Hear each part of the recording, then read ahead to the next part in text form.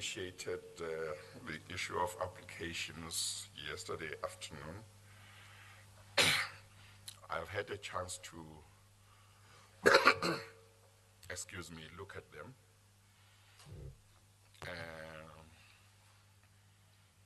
I have something to say with regard to each one of them. Of course, there were only 3 substantive applications. You have told me that there is an affidavit now by Mr. Fana Hlongwane, but no notice of motion. But from your side, you are happy that it should be treated as a substantive application. Yes, Chair. Yes, I will allow you hand it up when you are able to. With regard to, I'll mention what I'll mention now for you to say what you might need to say, but it may be that I will be wanting to hear more from counsel for the implicated persons who have applied for leave to cross-examine. With regard to Ms. Kaunda's application, my inclination is that I shouldn't at this stage decide that application. You see, her issue is a very limited one. And it may well be, I mean, it is all simply about whether or not she is the person who called Ms. Mentor to tell her that the former president would be able to meet her the following day, and whether she is the person who gave her the number of the person that she, according to Ms. Mentor, said would meet her. That's basically all. Now, it is possible that before the end of Ms. Mentor's evidence, before cross-examination, if cross-examination is granted, it's possible that she might not be insistent that it was Ms. Kaunda that called her. I'm saying that because, as Ms. Kaunda correctly points out, I think in her affidavit, in another affidavit, Ms. Mentor says she received a call from a person, she says a woman whose name she did not know, from the presidency. And Ms. Kaunda's version is, during that year, I never spoke to Ms. Mentor.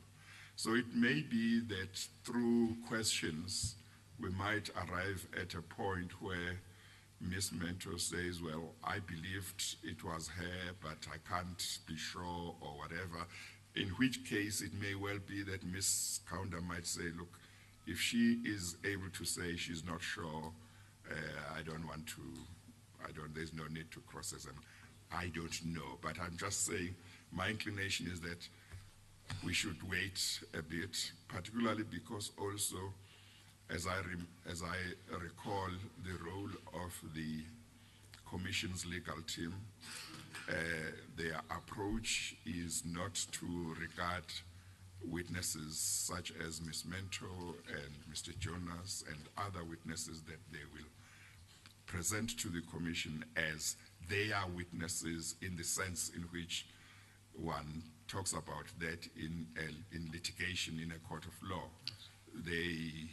They present them and will ask questions, including questions that seek to establish whether what they are telling the Commission is true.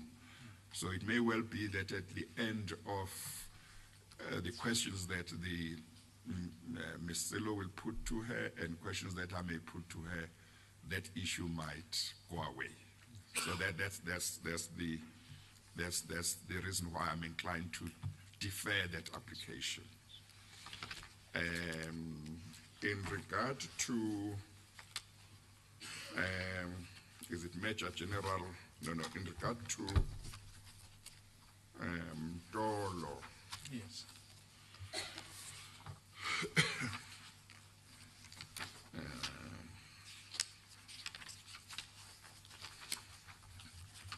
In regard to Dolo, and his counsel will be listening. In regard to Dolo,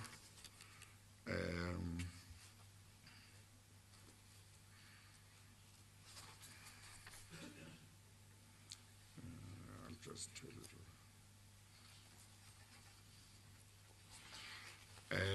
My concern is whether in his affidavit, what he has told us is his full version about his encounter or dealings with Miss Mentor, because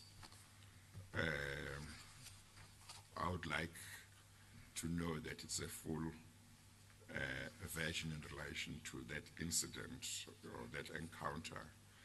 And part of the reason why it's important for me to know that is because when I grant leave to cross-examine to any implicated person, I intend to put a time limit.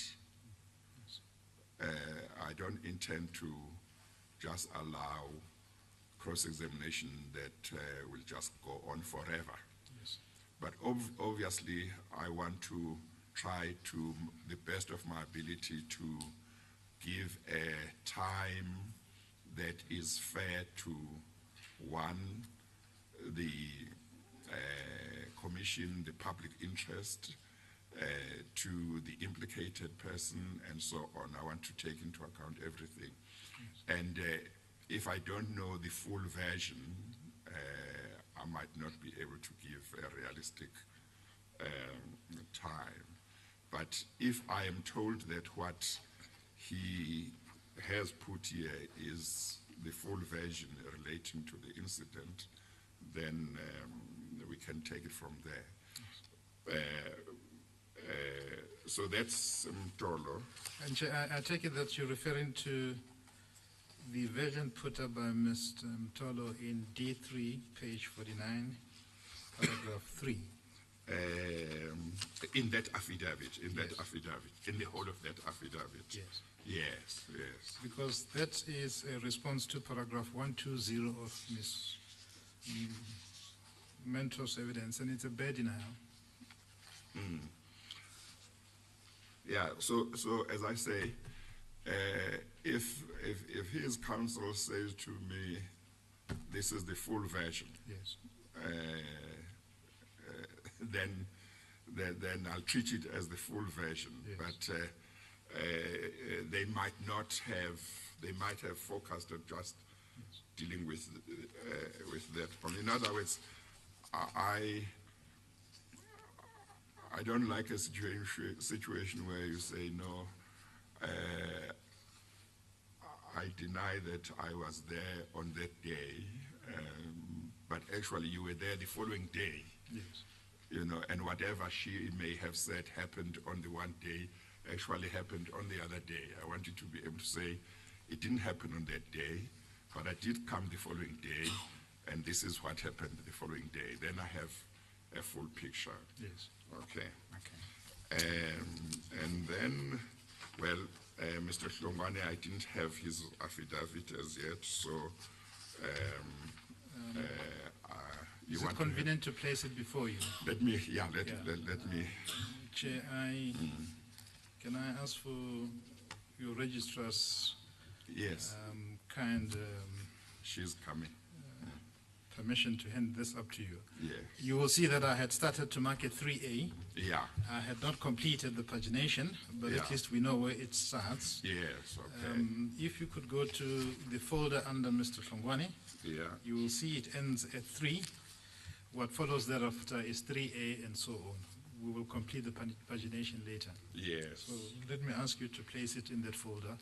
Yes. Okay. 3A will be the letter dated 27 August. 3B is the second page of the letter.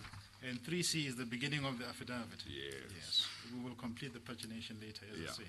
No, that's fine. I'm not too sure whether you can give any guidance at this stage because you have not looked at the affidavit. Yeah. But from our side, we accept that that is a substantive application Yes. within the meanings of the rules, Yeah. and that you should be able to give some directions on it. Yeah, no, we won't be too formalistic about some of these things, so that's fine. It's fine. We'll take it as his application. Okay, so I will have to have a look at it, or maybe his counsel, if he stands up and says anything, we'll take it from there, because as I said in the private meeting I had with all the parties just now, my recollection was that as far as Mr. Hlongwane is concerned, Ms. Mento said nothing more than simply that she was introduced to him on a flight to China. Yes. The affidavit of Mr. Hlongwane gives a substantive version in our view, and it's quite interesting because it raises more questions which can only be clarified if he comes in, because he admits to some of the meetings taking place between him, Mr. Duduzane, and Mr. Jonas. But rephrases the agenda for those meetings. And therefore it's important for the pursuit of the truth to try and examine his version. Okay. That's in relation to Mr. Jonas, that he would like leave to cross-examine through his counsel. That's fine. And then there is the application by, is it Major General Nonopi? Yes. Now, I've read the affidavit by Major General Nonopi. At this stage, it seems to me that unless I've missed out something, that it probably is also not a full version. As you will recall, Mr. Jonas's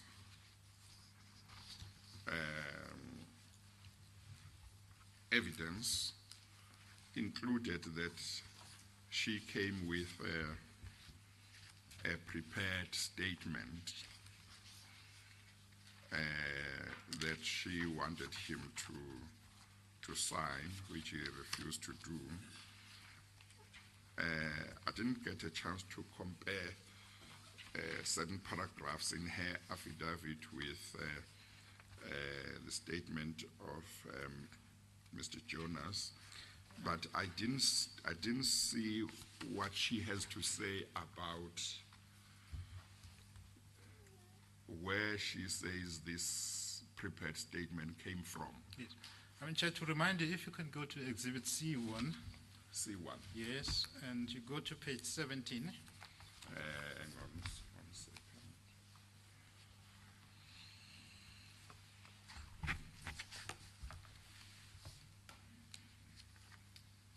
Okay, no, I see that they didn't bring my C1. I've got D's only here. I can place. But you can maybe read to me what you wanted to draw to my attention, and we can move All I was going to say is that from C1, page 17, and maybe let me place a copy of one of my colleagues before you.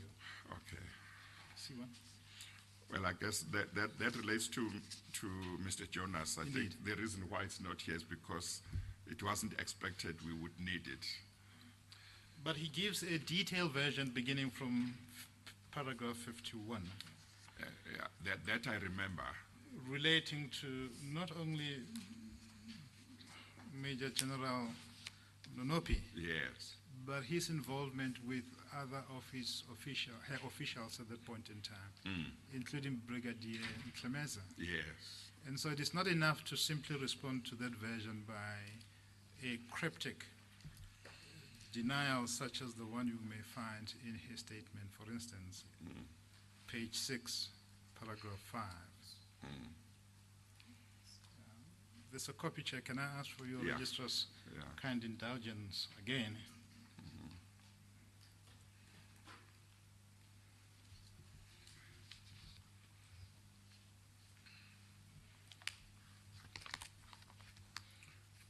Well, we might not need to go into details Yes.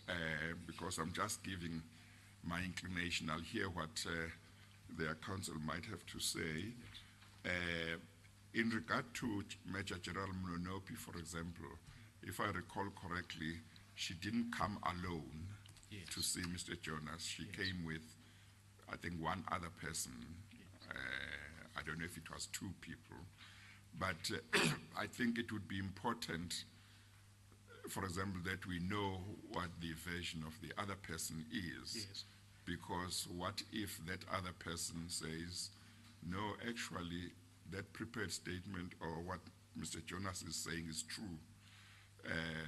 So it's important that when I decide whether to grant leave to cross-examine, I have as full a picture as is possible. Yes. So I don't know whether the Commission's legal team did send a notice to the other person that Mr. Jonas alleges was with Major General Mononopi, and whether there's been any response. So, but I would prefer to decide the application after I've seen what the version of that other person is about these events.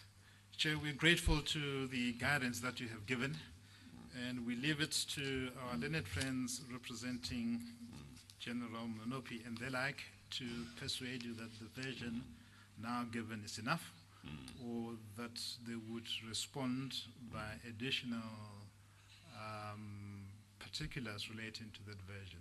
And we, for our part, would leave matters as they are until you have received some sort of submissions from them.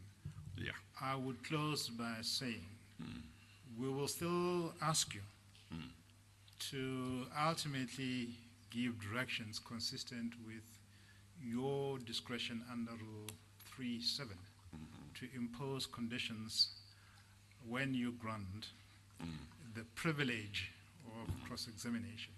And we stand by that definition. It is a privilege, it is a permission, it is not a right. And to that extent, we would leave matters and we would resume the debate when it comes to the terms and conditions upon which you grant the permission to cross-examine. Yeah.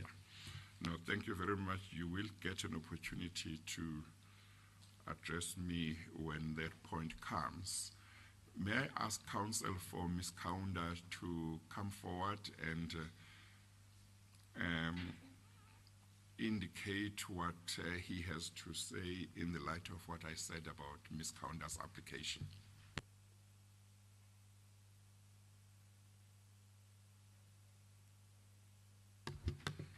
Thank you. Yes. We've heard what you said, Chair, and we're in agreement with that. We will abide the time. Thank you. Thank you very much. Counsel for Mr. Mtolo, is he here?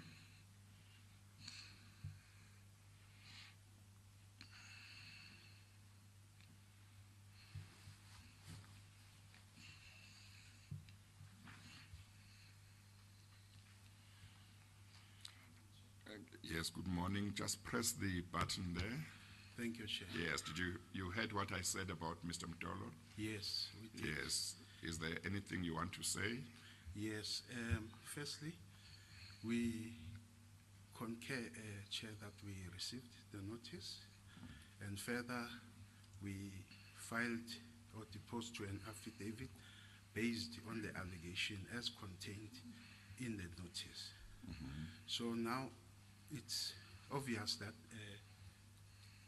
my client has been implicated by Ms. Mento, and she's still on the stand.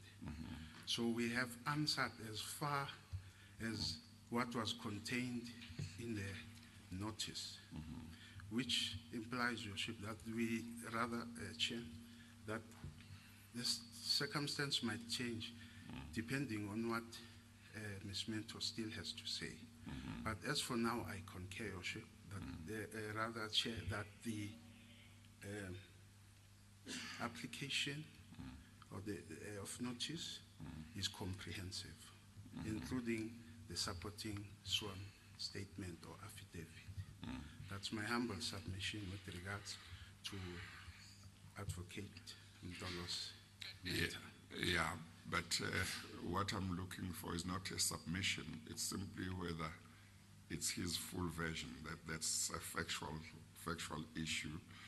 And if you say to me that in regard to those allegations, it's his full version, I will have regard to that. But obviously, you will appreciate that you need to be sure that that's his position before you say it, because if you say it is his full version in regard to those allegations, and he later on comes into the witness stands and says something else, that might not be good for his version. So in other words, if you are sure that it is his full version in regard to those allegations, you can tell me. If you would rather go back and consult with him and let him reflect and then make a decision, there may be time because Ms. Mento hasn't finished giving evidence. You can tell me what you choose. Well, thank you, Honorable Chair. To be on the safe side, maybe, Chair, let's see where Ms. Mento's testimony leads to before I make any commitment in that regard. Okay, all right. Yes. Okay, no, thank you then. And secondly, with regards to General Nonopis. Oh, you represent her as Yes. well? Yes. Yes. Chair has correctly pointed out that somehow the affidavit is not comprehensive or does not reply to each and every allegation contained in the statement of the Honorable Mr. Jonas, which version, rather submission we agreed with. And in this instance, we are at them with my learned colleague, Mr. Mabunda, the counsel for the commission, that we will, before Friday, file a supplementary affidavit. The reason being, at the time we were responding, we had not been finished with all the necessary and relevant documents as far as the Honorable Jonas's submissions were concerned. Okay. So may I humbly request an indulgence from the chair that we be allowed to file such supplementary affidavit on or before Friday at the latest. No, that's in order. That's in order. Thank you very much. You may do so. Thank you. Then, thank you. You may sit. Then these applications, these three applications, then Ms. Kaunda's application, Mr. Mdolo's application, and Major General Nonopi's one, they stand deferred and will be dealt with at another stage that I will indicate, because there are still certain things that must be done, or we must still wait for Ms. Mento to finish her evidence. In regard to Mr. Hlongwana's application, I haven't had time to read his affidavit, so maybe before the end of the week, I might be able to indicate what my thinking is. I think, Mr. Maleka, you want to say something? Chair, the only thing that we would like to draw your attention to is that there is a need to make logistical arrangements about when the witnesses who are still hanging in this suspense should be recalled for cross-examination if you allow any or all of those applications. So we need to make some logistical arrangements. We would ask for your guidance that the applications be dealt with fairly convenient, and we would ask you to do so certainly by Friday, because there has been an indication from our learned friends of the Friday group that they're available to start with the cross-examination of the relevant witnesses in that first week of September, which is effectively next week. Yes, yes.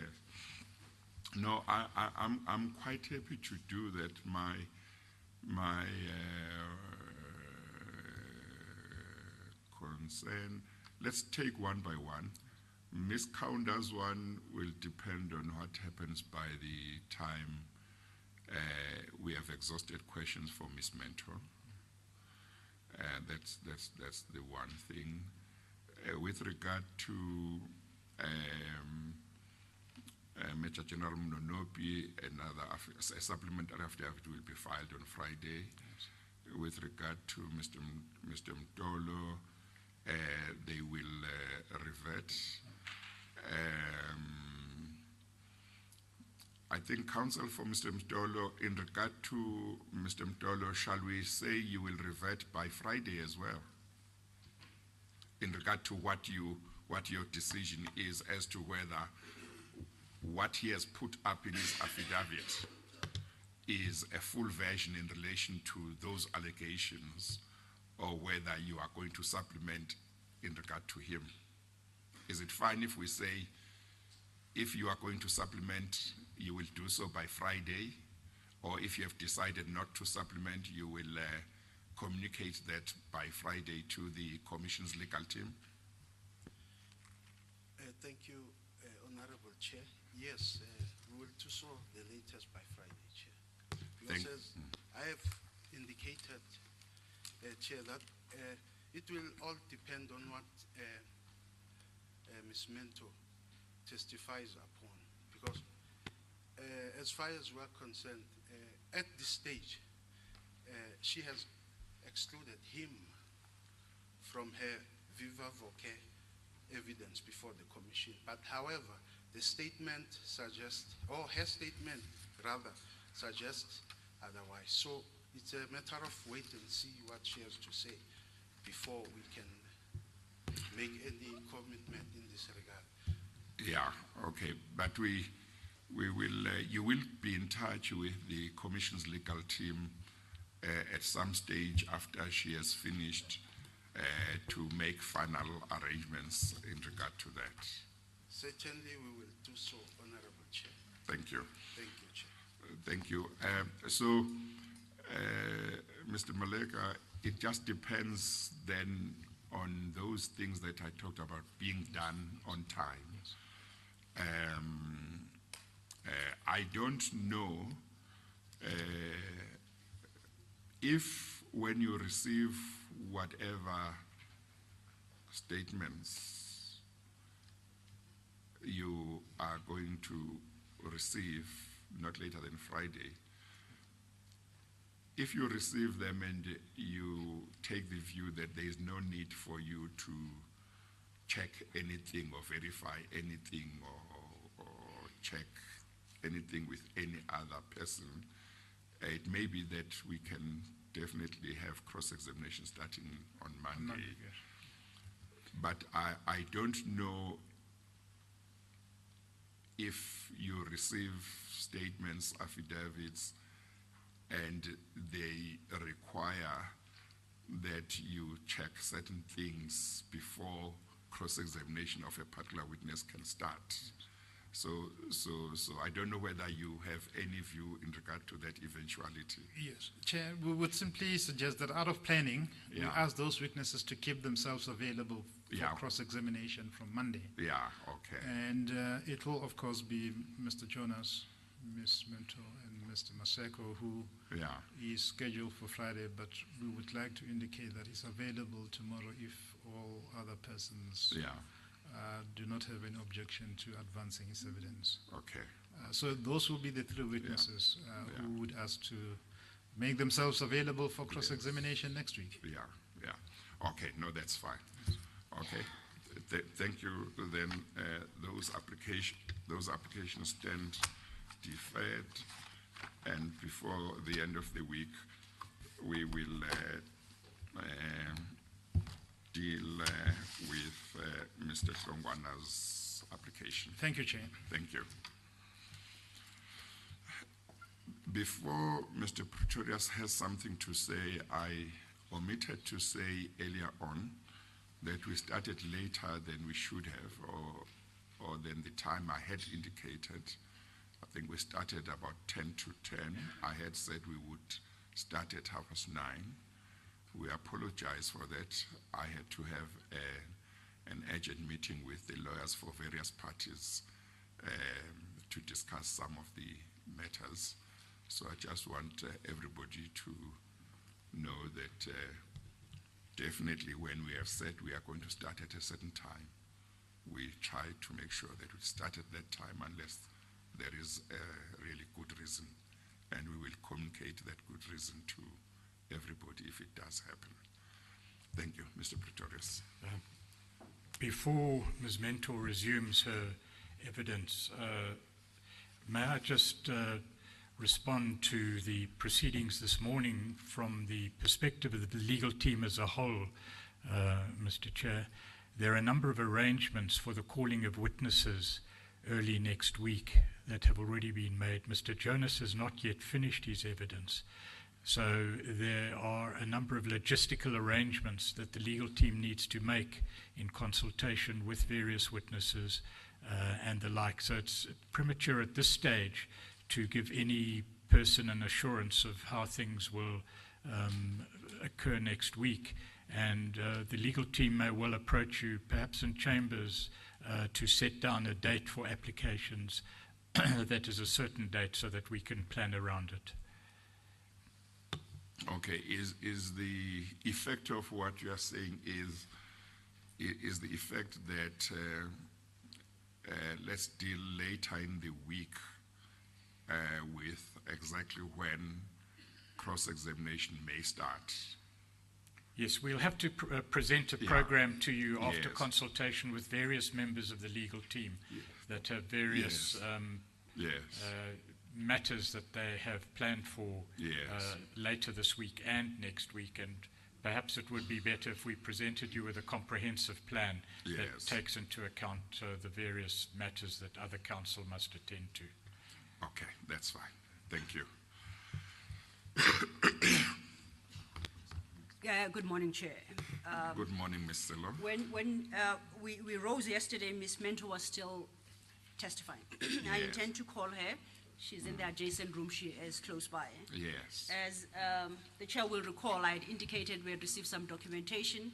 She hadn't had opportunity to go through with her attorneys, and she is finalizing that right now. Chair, I'd like to inquire. You say she's finalizing. Does that mean she might not be ready, or is she ready? No, I understand that she is ready. Oh, okay. Yes, I was explaining her absence in the room currently. Okay, Thanks, okay. Chair. In light of there she is, in fact, in light of the Chair's decisions this morning, and so not to interrupt perhaps Ms. Mentor's evidence, I would like to clarify two issues. And that, in fact, three. They relate to the people implicated by Ms. Mentor's statement. As the Chair correctly pointed out, we are in receipt of Ms. Kaunda's affidavit and Advocate Mtolo's. I understand the Chair has granted them opportunity to indicate whether their documents constitute the totality of their version. My question of clarification is, if they choose to make additions, do those constitute supplementary affidavits, permitting me to put before Ms. Mentor what they already have on the affidavits at hand? Or do they intend to decide whether to withdraw the affidavits and any admissions made therein and refile? That's the first. Just repeat the first.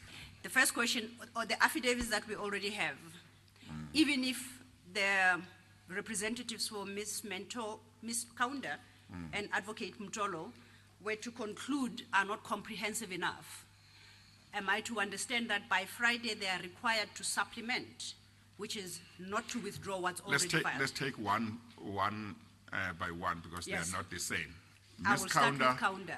Ms. Kaunda, I don't have any concerns about the adequacy or otherwise of her affidavit. Yes, Chair. So the only reason why hers is deferred is because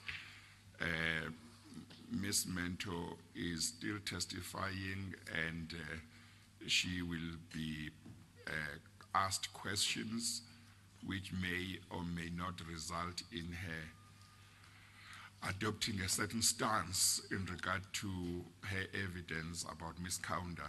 And if she adopts a certain stance, that stance might mean that misconduct might see no reason to have to cross-examine her. Thank With you, Chair. regard to Mr. Mstolo, I have said to them, to his counsel, I have concerns whether the version they have put up in his affidavit, the version that he has put up, Mr. Mstolo, in his affidavit, is a full version in regard to those allegations. But if I'm told by his counsel that it is his full version, I will have regard to that, and then we'll take it from there. His counsel has chosen that he would rather just listen further to the evidence of Ms. Mento, and they'll make a decision later as to what to do. So I think that if, for example, there were to be a supplementary affidavit, and if you wanted to put that to Ms. Mento before she's cross-examined, we could look at that. Thank you, Chair. Chair, am I to understand, therefore, that I can, today, put the versions as currently are on Yes. record? Thank you. Yes. And we will decide whether there's a need to put further supplementary versions.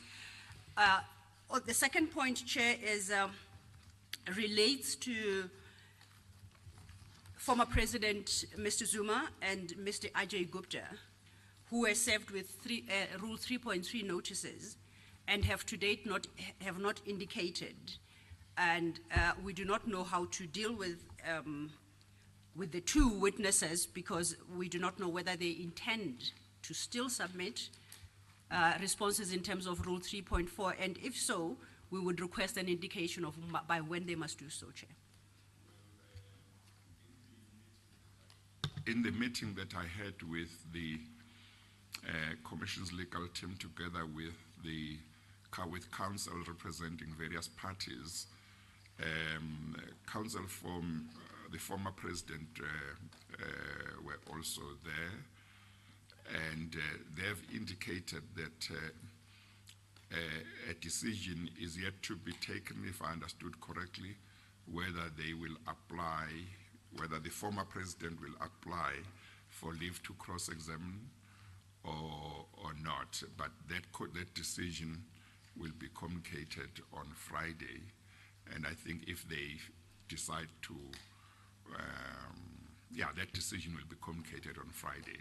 Thank you, Chair. In regard to Mr. Gupta, now I haven't sought to make distinction between the different brothers, but I think it is Mr. Ajay Gupta.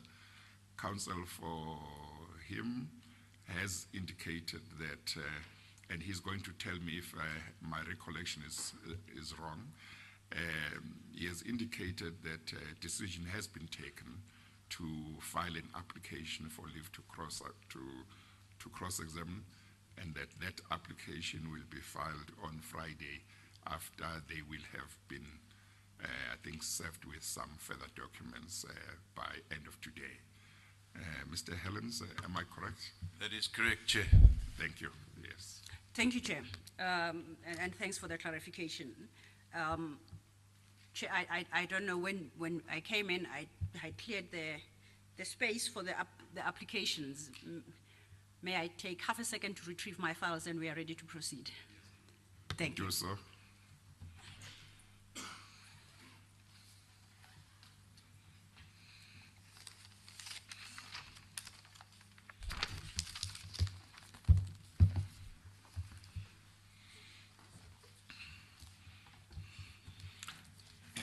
Maybe while you are getting your stuff in order, May I put some questions to Ms. Mentor? Good morning, Ms. Mentor. Yes, you are still under oath. When I read your statement, in particular the paragraphs which refer to, is it MM or MP1 and MP2? Those are the pictures relating to Sahara, to the Sahara building, and to Saxon World. The impression I received was that you were certain that the buildings appearing in the pictures were the buildings, were the Sahara building and the Saxon World, is it a compound or building? But yesterday you said that one, you didn't take the pictures yourself. Two, the pictures were not taken in your presence. It's pictures that you took from, basically got from the media. Is that right? That's right, Chairperson.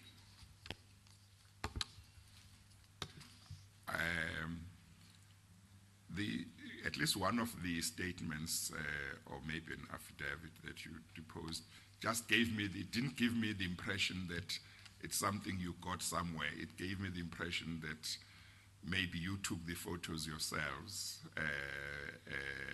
because I think it said, in effect, these are the buildings that I was at. Whereas if it is something that you took from somewhere, probably all you might say is, for, it looks like it's the same, it's the same. Maybe you can't be definite as such if you didn't take the photos, I'm not sure. But basically in the end you are saying you went to certain buildings, one of them was written Sahara, and then there was Saxon World, and subsequently you saw pictures in the media, and the pictures represented what you believed were the buildings to which you had been. Thank you. You agree? I agree, Chair. Yes. Feel free if there is a reservation to say there is a reservation. In other words, you must speak freely. If you agree, you must say you agree. If you don't agree, you must say you don't agree, because if you say you agree and inside you don't agree, you get cross-examined, then you regret why you didn't qualify your agreement. Chair, I agree in that when I was going through my statement with my legal representatives, they asked me if this picture, I did not source the picture of both the house and Sahara, if the pictures represent the buildings that I had been to. So I agreed that the pictures that I saw before me, because do represent the buildings. It may be that it's the formulation of the relevant sentences in the statement and not really your fault. Okay, thank you. Pleasure. Thank you, Chair. Ms. Chair, Silva. before I proceed with Ms. Mento, or with her testimony this morning, Ms. Mento had requested to address you briefly on an issue. May I invite her to? Yes, Ms. Mento. Thank you, Advocate Silo. Thank you, Chairperson, for indulging me. I would like to request the Chairperson to allow me to peep into my statement from time to time. I do not have an intention to read it. events that are covered in my statement occurred 8 years ago plus, and I need to, from time to time, have a look into it, not necessarily read it. So this is the humble request that I would like to put before you today, Chairperson. I don't have a problem allowing you that. One understands that there has been a lapse of time. It may well be that when you get cross-examined, somebody may seek to make some point about the fact that you keep on having a look at your statement, but you will deal with it, explain the way you are happy to explain. I don't mind allowing you that opportunity. Thank you, Chair. Thank you. Ms. Mentor, before we go back to your testimony, I don't know if you are in a position to clarify an issue you raised yesterday. With reference to your statement, the main bundle, paragraph 122, you sought to effect some changes or corrections, and the chair had asked that you consider that overnight and to be absolutely certain the extent of corrections you'd like effected. I'm not asking you to do so. I want to find out whether you are in a position now to make the final corrections, or would you still want the matter to stand down? I would still want the matter to stand down. Thank you. When we Well, I presume that's not meant to stand down now or in the true sense, but that she would rather do that later. In No, the indeed, meantime, we go on with the evidence in the meantime with other evidence. Indeed, Chair, I confirm that what she's standing down is when she makes the final correction. Okay. And she'll still come back to the chair on that one. Okay. Thank you, Chair. Ms. Mento, when we parted yesterday afternoon, you had informed the chairperson of your interaction and discussions with Mr. Ajay Gupta, and you had, I think, stopped where you testified that Mr. Ajay Gupta had indicated that had offered you the position of Minister of Finance if you undertook to terminate the Johannesburg-Mumbai SAA route. Do you recall that? Yes, I do. Okay. Now that's where we ended. I apologize, Chair. Apparently I said Minister of Finance. No, I take that back, and you must have been confused. I meant Minister of Public Enterprises. I correct that. Thank you. You recall that, Ms. Mentor. That's where we ended yesterday afternoon with your testimony. Yes. Okay. Now, I'm sorry, Ms. Minto. Try and speak, raise your voice so that the recording machine can capture what you say. Thank you. Yes, thank you. Oh, your mic was off.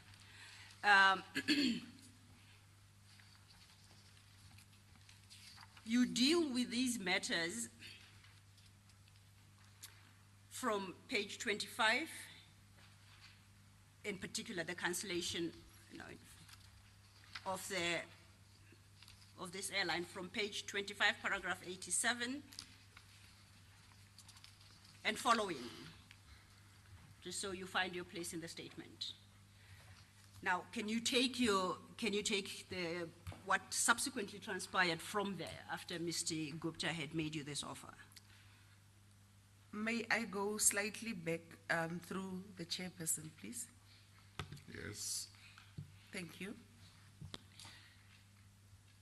Before the issue of the offer of a ministerial post and the cancellation of the airline route from South Africa to India and back, Mr. Ajay Gupta had also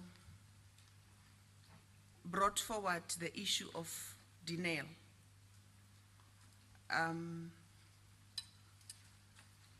He mentioned an issue of denial that pertained between Dinel and some companies in India and the Indian government, particularly the Indian government.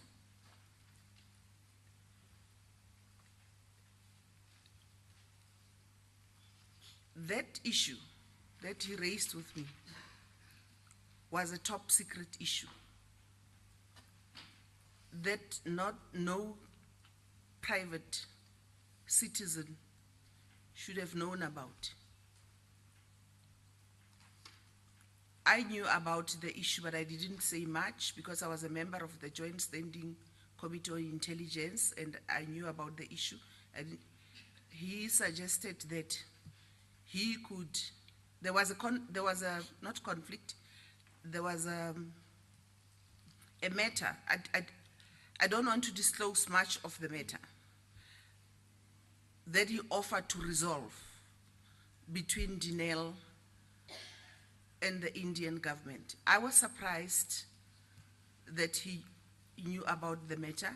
I was also extremely shocked because that matter was top secret. Okay. Because the matter was top secret, I did not entertain him on the matter. Okay. And just for the record, this aspect, is it covered in your statement, or is it in your statement? It is in my statement. Thank you. You may proceed. Thank you. I am back at the offer as I had put it yesterday, that he all of a sudden said that if I agreed to facilitate the abandonment of that route by SAA, I could become the Minister of Public Enterprises, because the president was, no, I asked him questions when he gave me the offer. I asked him, how could I become a Minister of Public Enterprises? He said the president was about to reshuffle the cabinet, and as I said yesterday, that was not in the public domain. And I asked him how he could make me a minister. He said that they often put word to the president for people to become ministers. And by we, I understood him to mean, I beg your pardon, excuse me, Chair.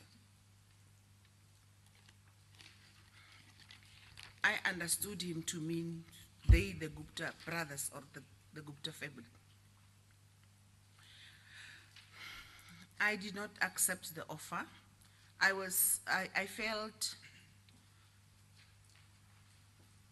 that he does not have authority to offer ministerial positions to me or to any other person. I was irritated. I actually said to him,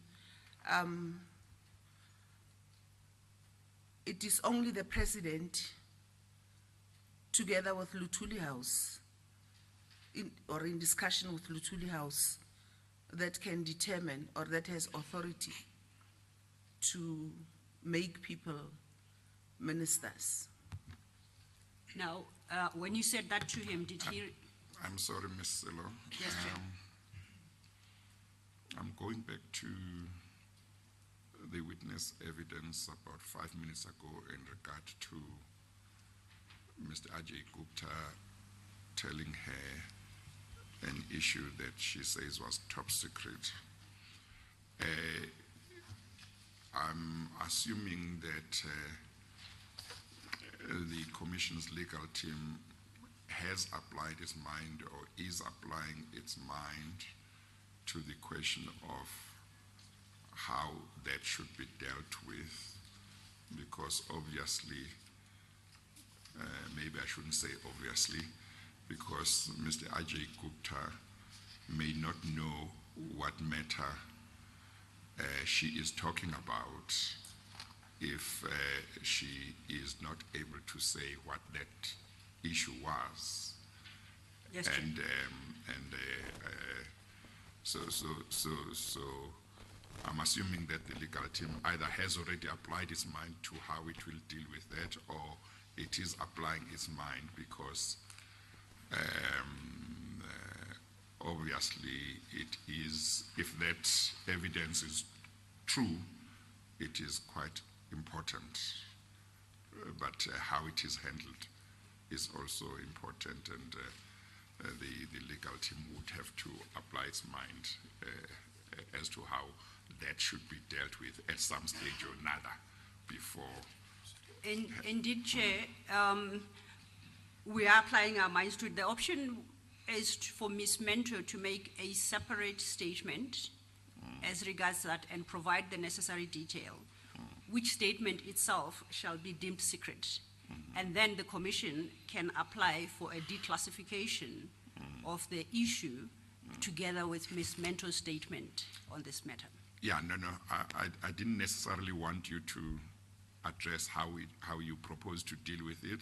I just wanted assurance that that is an issue that to which the legal team either has already applied its mind or will be applying, so that it's not left hanging. Chair, thank you, Chair. I can give the assurance that the legal team will definitely apply its mind to the matter. Thank you. Thank you. Ms. Mentor, I had inquired whether, when you told Mr. Gupta that only the President, in discussion with Luthuli House, can offer ministerial posts, whether he had responded thereto, and if so, what his response was. He was not perturbed, or he was not, that did not persuade him to abandon his offer. He persisted on it, and we had a bit of exchange, and I became agitated. I began to become agitated, and I got angry and I raised my voice. We were not agreeing on the issue. And just at the point when I declined the offer and I was telling you that you have no authority whatsoever to offer me a ministerial post, the President walked in. The President did not walk in from the entrance that I had used when I entered the house. He walked in from the direction that I was led through when I was shown the bathrooms, and the direction from which AJ Gupta emerged from when he came to join me in the house. The President entered. His entrance was just on while I was getting very angry. He emerged, and when he walked in, I rose from my seat, much as I was on crutches, out of courtesy, protocol, and respect. And he greeted me whilst he was standing and I was standing. AJ remained seated, and I immediately went ahead to tell the President what AJ had said to me, which was in relation to the offer, including the issue of the imminent reshuffle of Barbara Hogan, as he had informed me about. The President sought to calm me down. He did not address the issues that I was putting before him. He repeatedly told me to calm down. I felt that he was not paying attention to the issues I was bringing to his attention, and I felt that he was finding issue with me rather, with my agitation and with my anger. That further frustrated me. The discussion between the president and I occurred whilst we were still both standing.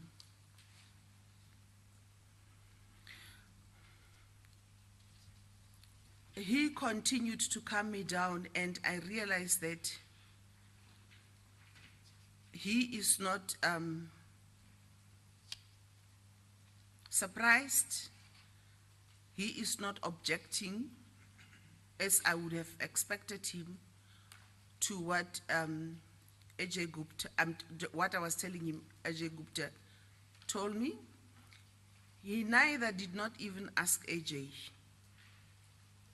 about the issues I was telling him Ajay raised with me. His mission was just to calm me down.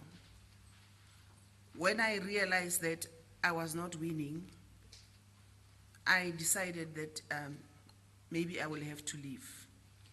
Now, you say Mr. Zuma's mission was to calm you down, and he tried to calm you down. How did he do that?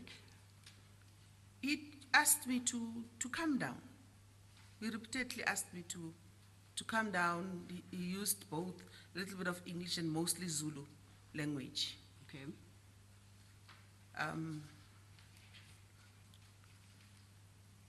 There was a point at which before I indicated that maybe I should leave, there was a time when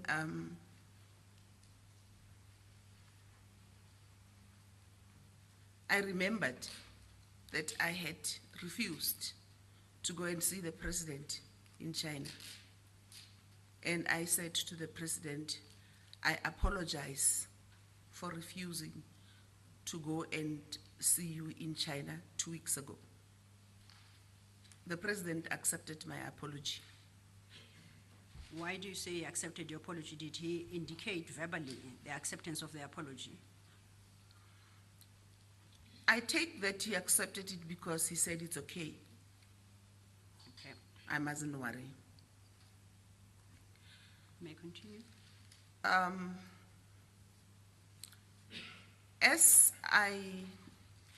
Then I told the president that I should leave. I'm leaving because the atmosphere was just inexplicable to me, and I was the one that was the mad party, as it has often been said in the public that I'm mad. I felt that I was being made the mad party there. I felt that the president is not attending to the issues that I am raising with him, so I elected to suggest to the president that I'm leaving. As we were, my bag was on the seat where I had seated, where I had placed it next to me all the time.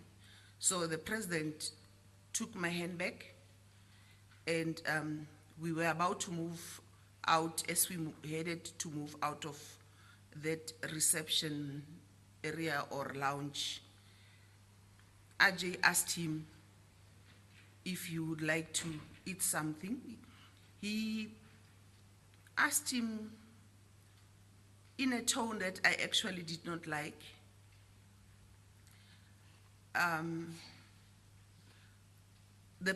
In a tone that's not very.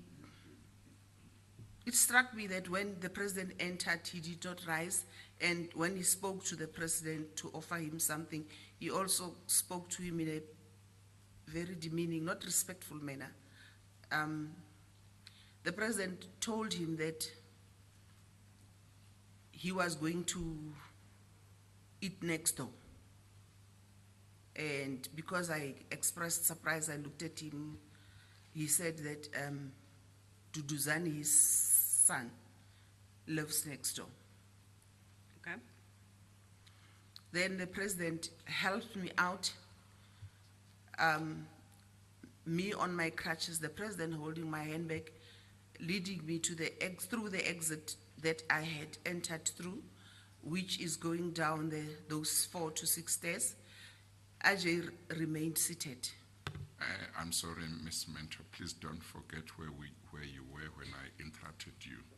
Please just go back to what you have just said, that Mr. Ajay Gupta asked the president or offered him a meal in a demeaning manner. Can you elaborate how he asked him or he offered him a meal that made you believe it was demeaning? Can you just give more information? What made you think the way he asked him was demeaning?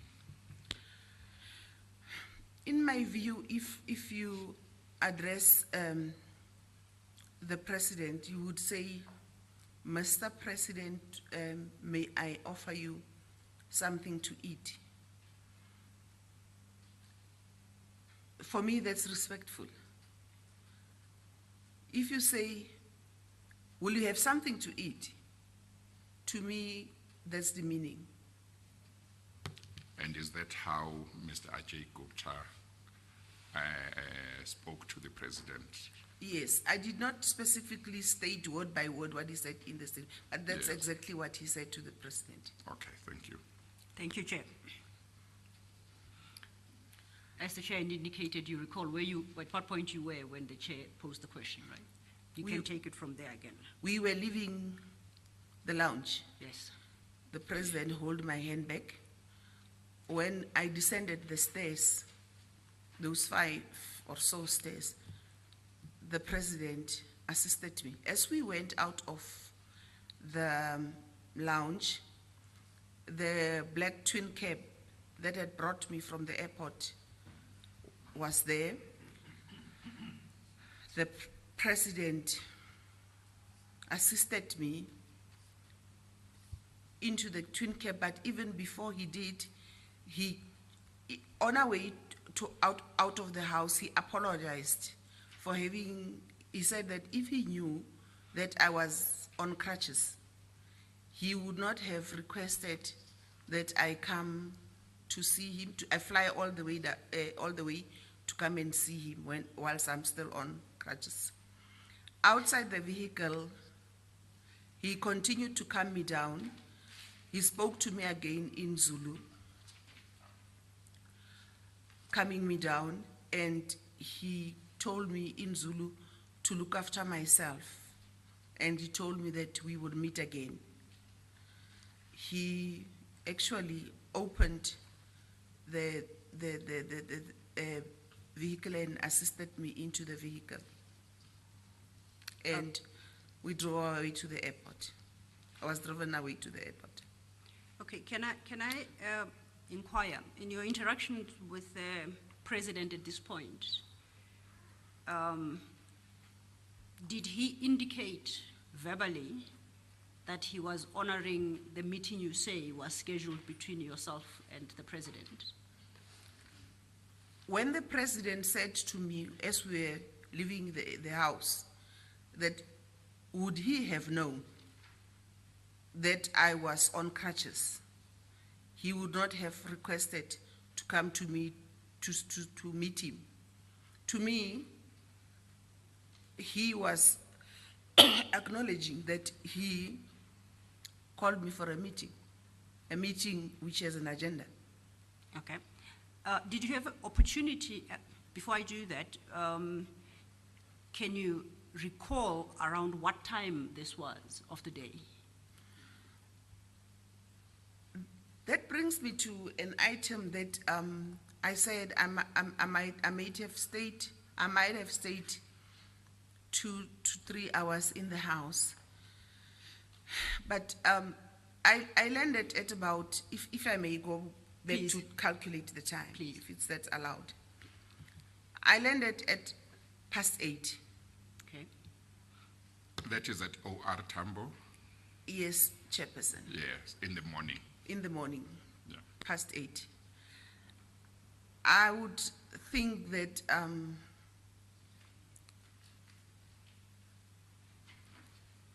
I was at Sahara at about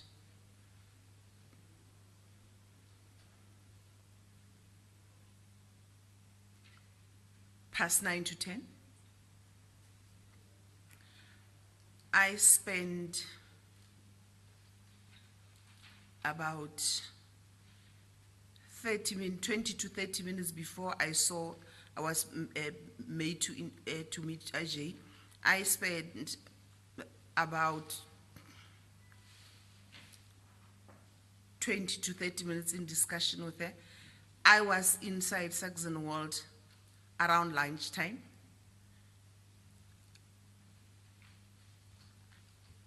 I stayed Lunchtime being 1 o'clock? around 1 o'clock.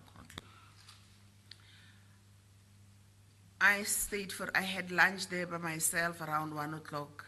I waited a bit there was a lapse of time before AJ came into the house, which was more than an hour. I think it could have been between 1 hour and 2 hours. I know that when we rushed to the airport, it was after 3 o'clock. It was between 3 o'clock and 4 o'clock. So I don't know if I've assisted you with time calculation. Yes.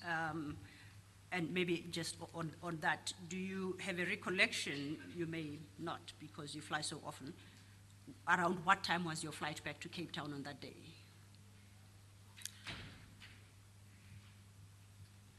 Or what flight, if I may say, did you eventually take back to Cape Town?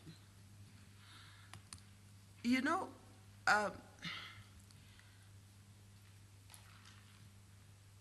I definitely came in through SAA.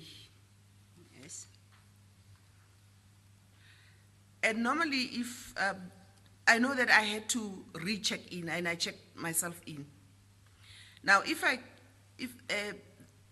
could have returned with SAA because I've been thinking last night.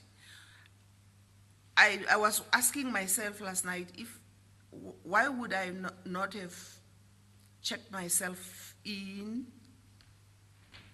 for the going trip and for the returning trip. So I flew SAA in my head back, but I could have flown another airline. Okay. Firstly, do you have a recollection as to around what time that was? It was definitely after 5 o'clock. Okay. Now, you just to pick up on a point you make, you state that you checked yourself in. I don't understand. What point are you trying to make about checking yourself in or otherwise? What I'm trying to say is that I didn't have a ready boarding pass. Okay. That just allowed me through the gate. Which is what you do if you check yourself for both trips in. I understand. Thanks for the clarification. Now, when you were having the discussion with the president, you say this was in Mr. Gupta's presence? Yes, In the except house. when we were out, descending the stairs and by the vehicle outside. Okay. Now, before you got into the vehicle to take you back to the airport, did you at any point remind the president that you flew to Johannesburg specifically to meet with him? Did you have that conversation at all? Yes, that's if I recall, that's why the president said to me, we'll meet again. Explain that. If my memory serves me well, I regretted to the president that we did not discuss the issue that was the item of our agenda. Did you express that sentiment to him directly? If my memory serves me well, I did. And his response was, take care of Sinagegele. We will meet again, Ndombazana, ungakhathazeki. Okay. Now, did you, yes, Chair? We don't have an interpreter who is interpreting what she has just said. I know that the Commission has arranged interpreters here, but I will interpret. she says she's able to translate that. Please do that for the benefit of those who might not understand isiZulu. Thank you. And Ms. on a lighter note, Chairperson, I've discovered that Hlongwa and Hlongwane are the same thing in two different Nguni languages. Well, whatever the position is about Hlongwa and Hlongwana, Zondi and Zondo are not the same thing. Thank you, Chair. That was Okay. just. Okay, you want to give Thank a you. translation of what you just said in isiZulu? Thank you. Ungakhathazeki ntombazana. Don't be too overly worried, young lady. Look after yourself, like go and look. I understood that to me. No, let me just interpret. Look after yourself. That's correct. Thank you, Chair. Now, whether inside the House or outside, did you bring to the President's attention that you had caught a 6 o'clock flight, technically being in Johannesburg or in the Gauteng province from 8 o'clock in the morning for purposes of this meeting, and you are only meeting him at that hour? Did you have that conversation with him? No, I did not. Why not? When we were in the house, well, because he came suddenly into the house, my issue was the concerns about what the issues Ajay has raised with me of making me a minister and me the issue of the airline. So that overtook me, and the reaction of the President was disheartening to me, to say the least, and I decided to leave. So only outside, as I said, I may have, if my memory serves me well, referred to the fact that we did not fulfill the agenda, intended agenda, and then he said, we will meet again.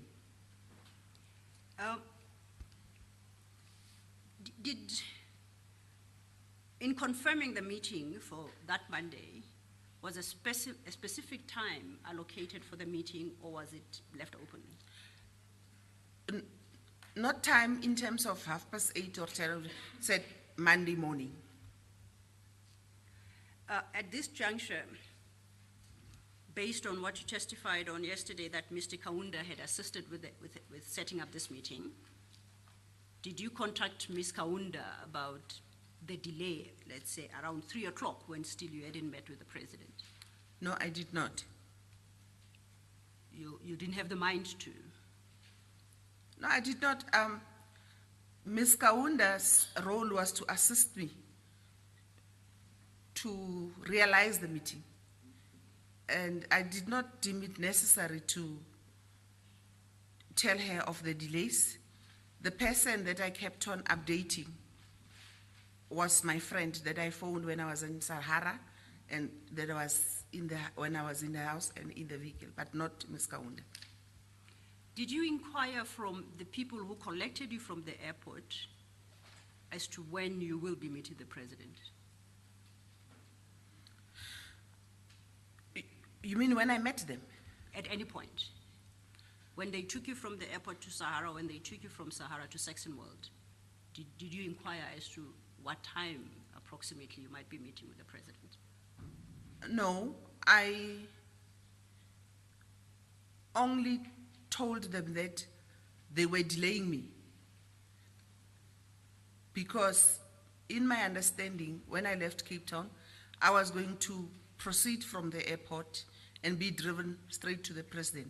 So my issues with them both in Sahara and in the house was that but they explained when I raised the issue that I'm getting delayed, that the President is held up discussing the issue of the strike of COSATU. Did you inquire of them how they come to know that? It surprised me, but I did not ask them. Now, is it your testimony that the president learned from you as to the offer made to you by Mr. Gupta? So he was not present when Mr. Gupta made the offer, that the president learns that when you relate that to him. Is that correct? In my mind, the suddenness with which the president appeared when I rejected the offer and became loud and agitated suggested to me that he could have heard the discussion, but I still felt I must put it to him and not rely on the fact that he might have heard, put it to him what I.J. Gupta had said to me. You indicated that after you had informed him, the president was more intent in calming you down. Now, I want you to recall, if you can, did he appear surprised of the offer allegedly made to you by Mr. Gupta? Did he react thereto physically or otherwise? He did not act surprised at all. As I say, his main focus was on calming me down. He did not act surprised at all, or angered or annoyed. Okay, you are now outside. He's walked you to the car, and you indicate that he stated you will meet again. Did you inquire as to when that might possibly be? Did you have a conversation with the president about possibly the next meeting that you might set down? No, I did not. You did not. Okay, you are now at the vehicle, and what happens? I am at? Next to the vehicle, the bakkie that you referred to. You are I'm assisted by the president into the bakkie. Okay, and then? And the bakkie drives off. And as we proceed to the airport, I'm taken to the airport. I assume I'm being taken to the airport. I call my friend again to say that the meeting did not take place, meaning the meeting specifically about the agenda, not meaning that I did not meet the president. Okay. I don't know if I will get a flight to Cape Town. In fact, I said to her, I don't know if I'll miss my flight back to Cape Town. And I said to her, in the event that I don't make it on my flight, may I come and put up at your house tonight? And she agreed. Okay. Now, on my recollection, this is about a third telephone call. You indicated when you were in Sahara, you called a friend. Yes. And you indicated as well yesterday when you were in Saxonwold, this Saxonwold house, you once again called a friend. Yes. And now you just indicated you called a friend yet again. Same friend. Are these three people, or is it one person or two? One friend. It's the same friend right through? Right through. Okay. Who was driving you back to the airport? The same people that fetched me. Both of them? Yes. Well, before you proceed, Ms. Selo, Ms. Mento, if I recall correctly, your evidence yesterday was to the effect that you had done quite a lot prior to this, maybe for 2 months, I'm not sure, to try and get a meeting with the president. Is that right? That's right, Chairperson. And you were not getting a positive response up until you got this call, which you say was from Ms. Kaunda. Is that right? That's right, Chairperson. And you would have been very happy that ultimately you were granted an opportunity to meet the president. Is that right? That's right, Chairperson. What you might not have been happy about is the short notice of the meeting. Is that right? That's right, Chairperson. You traveled at short notice to OR Tambo to make it to the meeting with the president. Is that right? That's right, Chairperson. And you were driven to Sahara, and you were made to wait there for some time. You were not happy with that. That's right, Chairperson. After some time, you were taken to Saxonwold, and there you were made to wait some time as well, is that right? That's right, Chairperson. And you were spoken to about things that you had not come to Johannesburg about, is that right? That's right, Chairperson. And ultimately, the president came to the room where you were, is that right? That's right, Chairperson. And now, with that background, the question might arise why you didn't take this opportunity to say, now I'm face to face with the president, I must use this opportunity to meet with him and discuss these issues that I've wanted to discuss with him for such a long time. I was not going to discuss these issues before a person that it's not meant to be part of. The meeting was between myself and the president, so there was a third party. And this third party is a third party that had acted in ways that are out of hand, in my view. Firstly, it's a third party that knew about the meeting, that knew about the agenda when he was not supposed to have known about the agenda. And it's a third party that goes on to exercise authority that, in my view, it's not his authority. He's usurping somebody's authority. And that authority resides with the person that I'm supposed to have a meeting with. I was not going to have this meeting. For me, there was everything wrong. The place, the company, the issues. I was not going to proceed with the meeting. And as I say, most of the time I spoke to the president standing. I did not even take a seat. What would you say if somebody says, maybe you should have asked the president if you could meet with him elsewhere so that you could discuss these issues? The president's posture, when I raised the issues to him that I had a problem with, his posture of faulting me for being agitated and for being not calm did not render it possible, in my view, to do that. And when he said we would meet again, also you didn't try to tie him down to any time frame, saying that you had experienced some delays in securing this meeting? I don't think that it is proper for... To try and tie down a president. Yes, even if you are a member of parliament. Yes. The president's diary is handled in his office. There is no way I could say to him, can we meet tomorrow or next week? Yes. Okay. Thank you. Thank you, Chair. Thank you, Chair. It's brought to my attention it's 11:20 in light of the fact that we started late with Ms. Mentor, so she hasn't quite been in the box for 1 hour, 15 minutes. I would like the Chair's view. Do we continue or would you like to take a tea break? I think let's take the tea break. So we try to keep to the time for tea break and lunch break as close as possible. Since it's now about 20 past, we will be back at 25 to 12. Thank you, Chair. Thank you, we adjourn.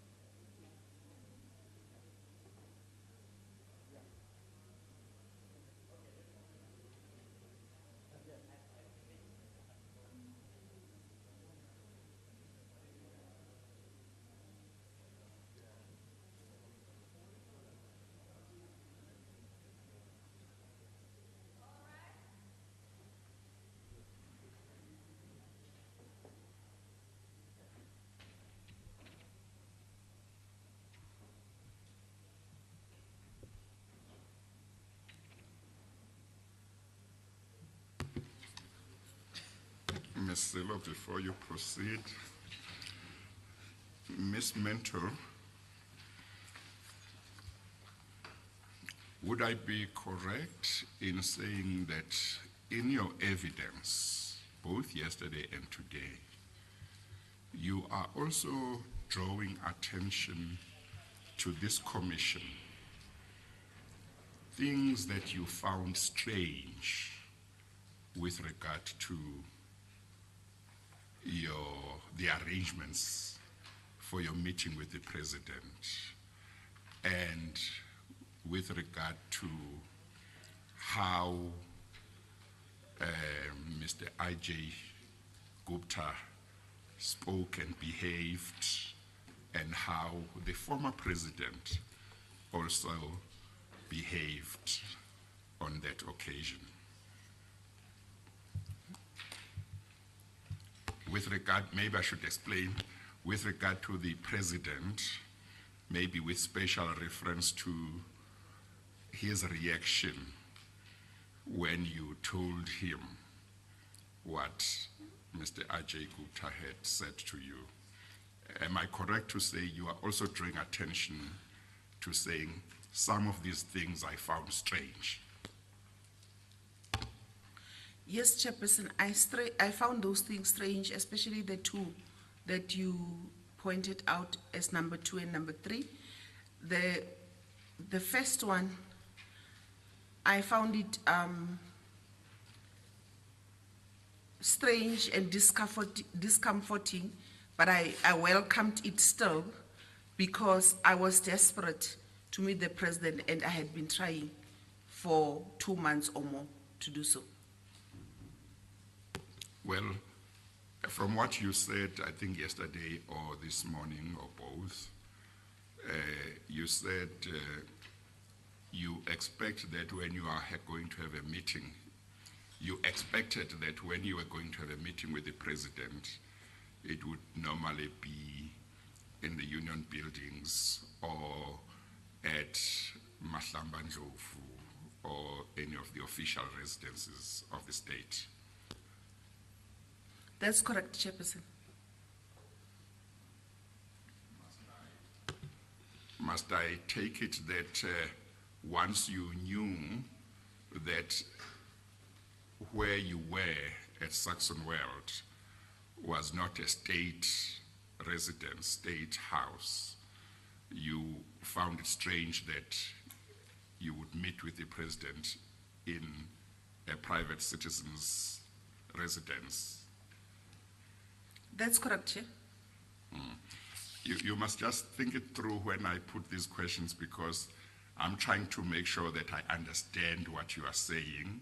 And if that's not what you are saying, you must just tell me, no, that's not what I'm saying. Okay. I found it strange, Chairperson, when I was told that this is the place where the meeting is going to take place. Because when I left Saxon World, I was going to a holding place or a place where I would wait for the president. So once I was told that it's the place where I'm going to have a meeting with the president, it was strange. But Chairperson, bear in mind that I had been desperate to see the president.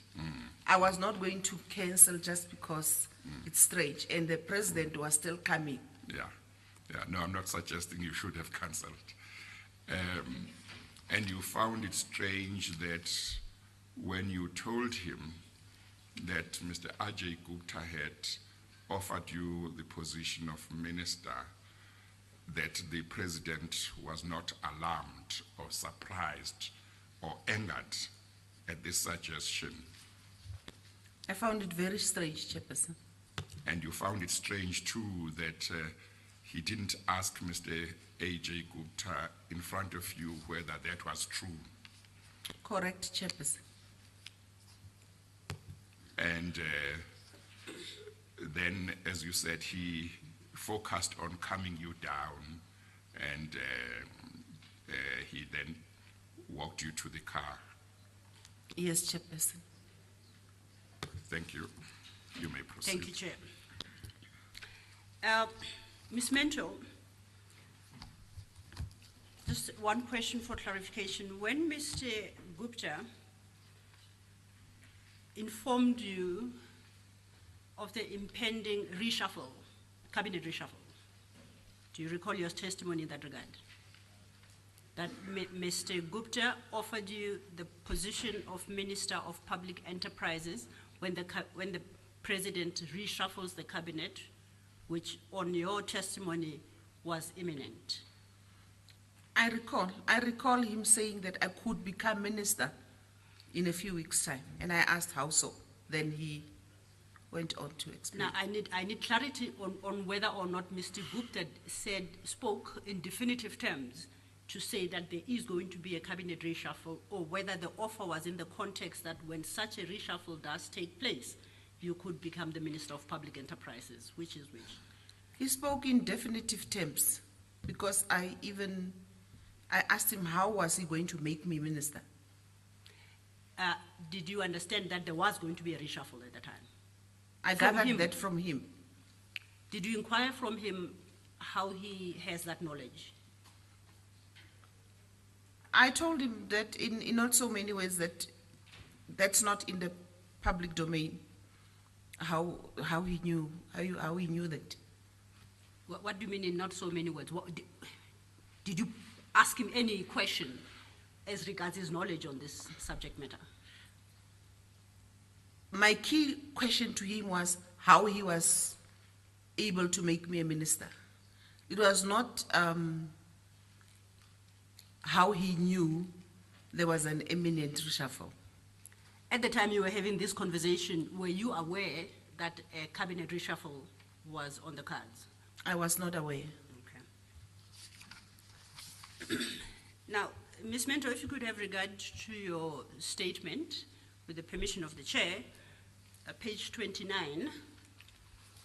I think your testimony has taken us to paragraph 100.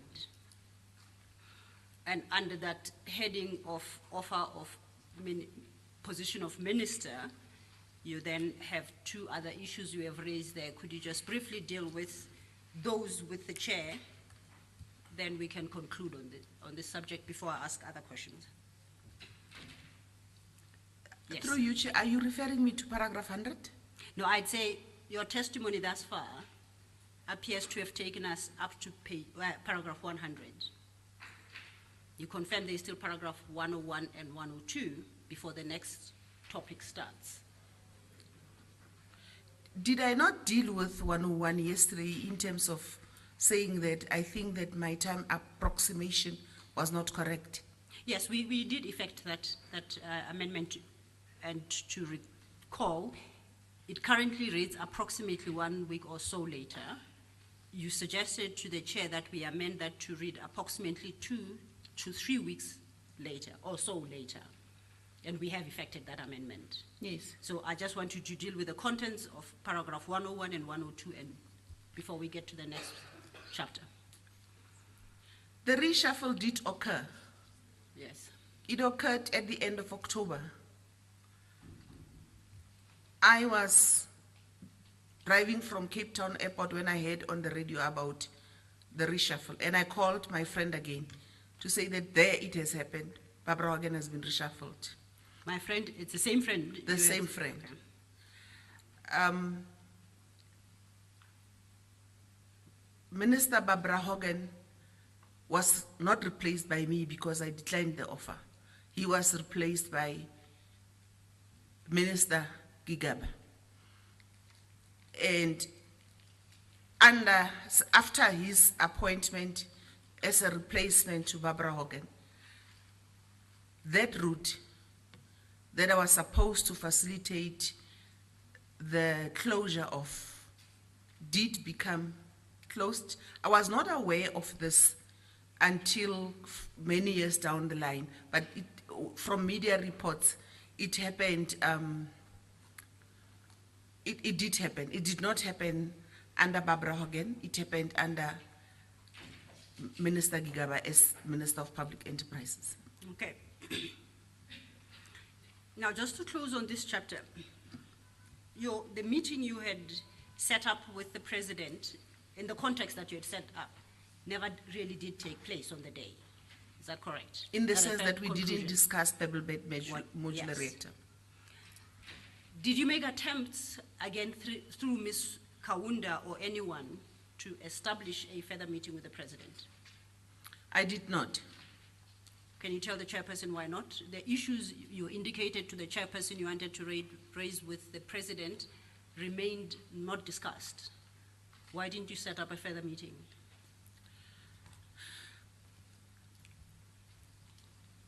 There were at the time issues of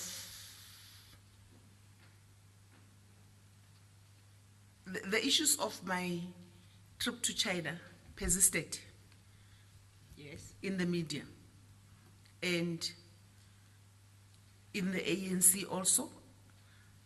I had gone at some stage to discuss them with Jesse Duarte and Gwede, and that was my second meeting with them.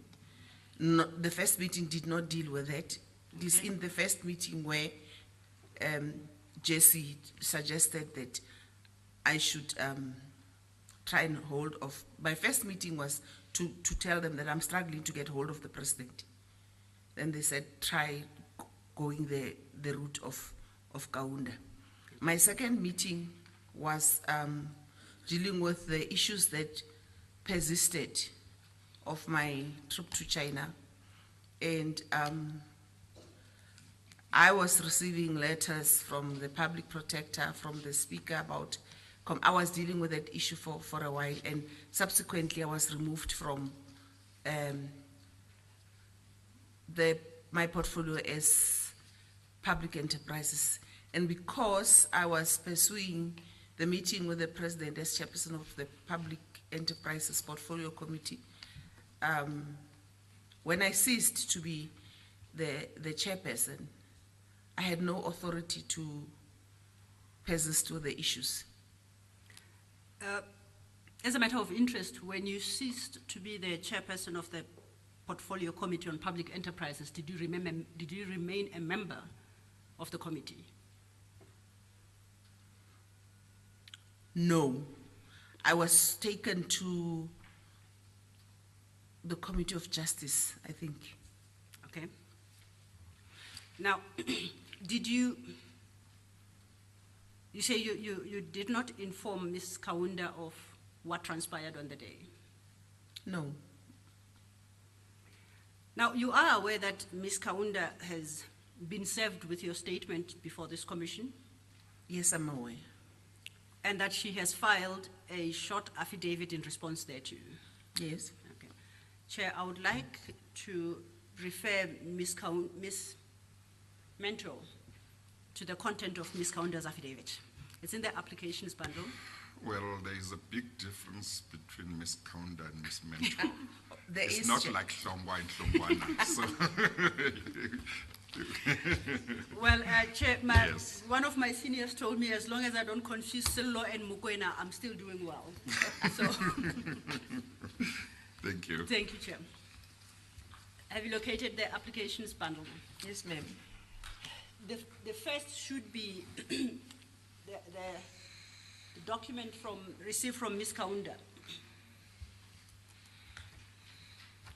Have you located? Could you guide me to the page, please? It should be the first in your bundle. It should have an index, and following the index should be a document with the heading of the commission, followed by Teresa Lakela Kaunda, applicant. Do you have it? D3. No, she didn't write. It was marked. I'm looking for mine here. I think probably yeah. it is D3. It is D3. I Yes. doubt the witness's Yeah. bundle is marked. Have you located the statement? Yes. I think you must mark yours D3 as well. Indeed, Chair. I keep forgetting. My apologies, Chair.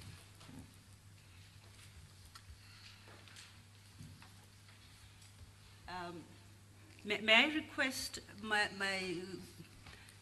learned friend, Ms. Hofmeyer, to assist? To us? assist Thank there, you. that's fine. Mine is marked already. Have you located the Ms. Kaunda's application? I You have, Chair. Thank Okay, you. thank you. Okay, thank you, Chair. Now, you will notice from what Ms. Kaunda terms the notice of motion, which is the first document, that she takes issue with what you state in paragraph 60 to 64 of your statement. Do you see that? Yes, ma'am, I do. Can we refer to your paragraph 60 to 64?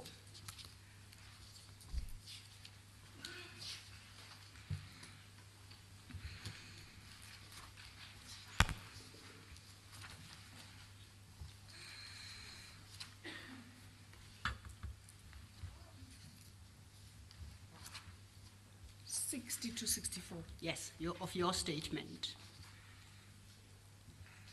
I'm at 60, ma'am. Okay, it starts at page 18, right? Yes, ma'am. Thank you. Now, I'm going to ask you on D3 to go further on, and you will locate a document titled Sworn Statement in D3 in the other file.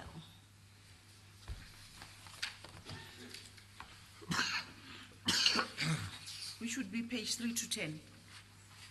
Yes. Yes, ma'am.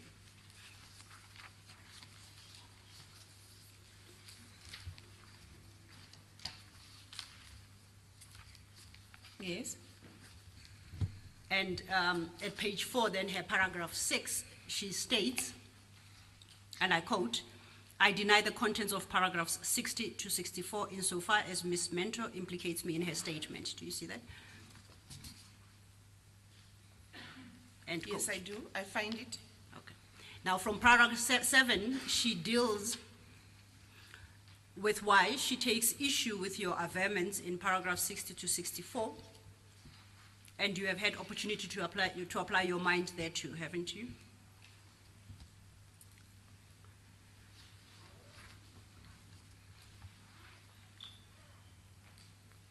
Yes, I did. Thank you. Now, at paragraph 7.1, she indicates that there are 3 statements in which you provide a version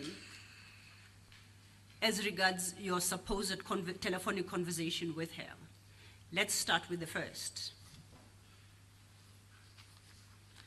She has annexed, marked A,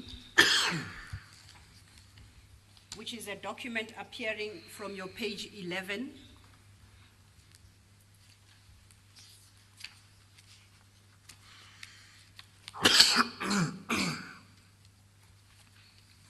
As a typed statement with corrections. Do you see that? Yes.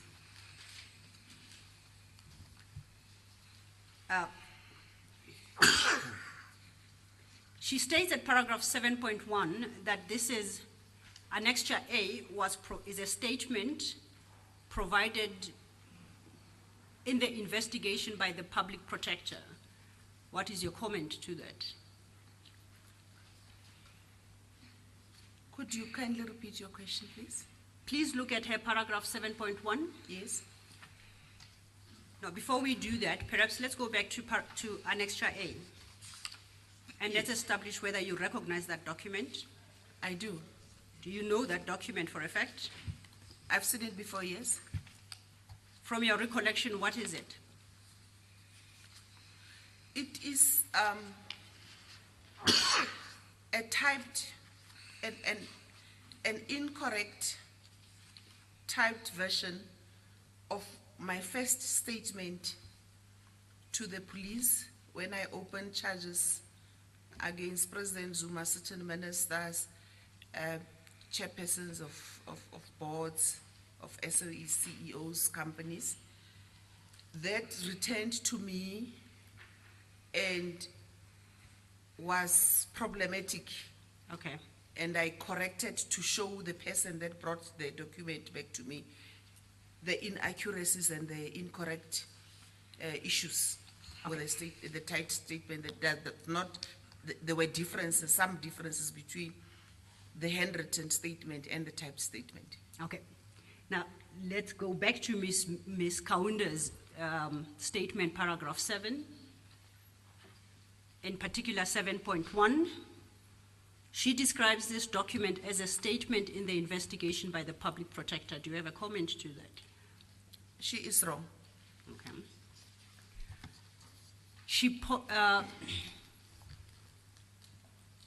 She then, at paragraph 7.2, refers to another document which she annexes marked B.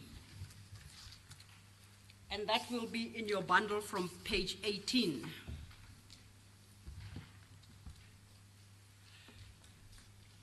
Of the notices of the file, of D3. Of D3, yes. Yeah, 18 is the notice of motion. It is a notice of motion, Chair.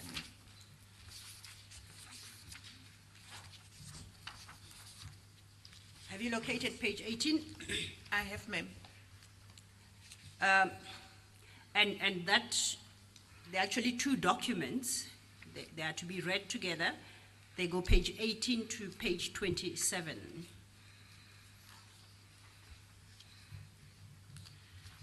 The second document starts at page 23. You see that? Yes, Chair, I do see it. Thank you.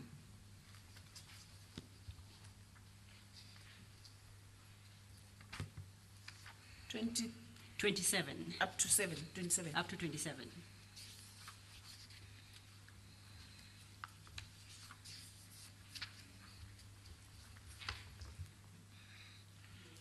So both those documents constitute Annexure B of Ms. Kaunda's statement. Okay, you understand that? Now, I would like us to go to the start of then that Annexure B at page 18. And I would like you to inform the chairperson whether you know that document or the two documents, and if so, to briefly describe what they are. I know the documents. You said I must describe? What those documents are. These documents are documents that were filed before the High Court of South Africa, the Gauteng Division. Okay. Well, Mr. Lo, on these non-contentious issues, really, you can just Okay. lead hand. I'm happy to. Say, is that notice of motion in case number so-and-so in the High Court in Pretoria, is that part of her affidavit that she filed in the same case in Pretoria? I'm You can happy to just do lead so, her- Chair. Yeah, if it's a non-contentious It issue. shouldn't be. Yeah. These are court file documents. Yeah. As the chair suggests then, the first 3 pages are the notice of motion in an application you made to the High Court in Pretoria.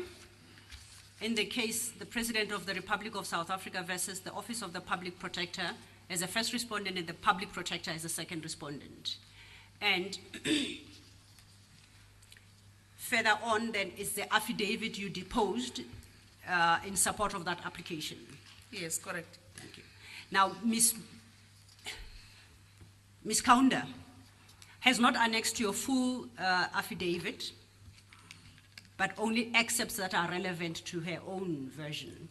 Chair, with your leave, we have obtained the full application, which is not a substantive application, and we beg leave to hand it in and make it part of the record because it traverses matters that may be relevant to this commission and that it would place the allegations made by Ms. Mentor against Ms. Kaunda in their proper context. Thank you. If I may request you, Registrar.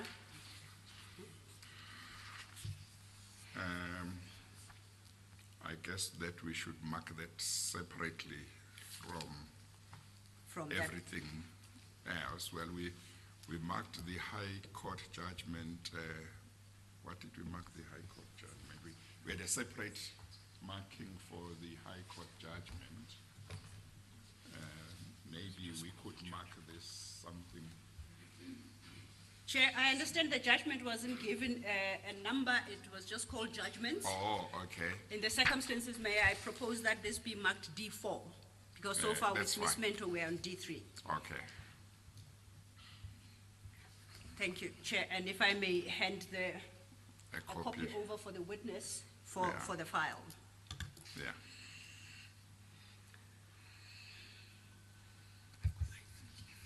Where am I I supposed to put this? Just have it in front of you. It might not be needed for now, but just have it in front of you.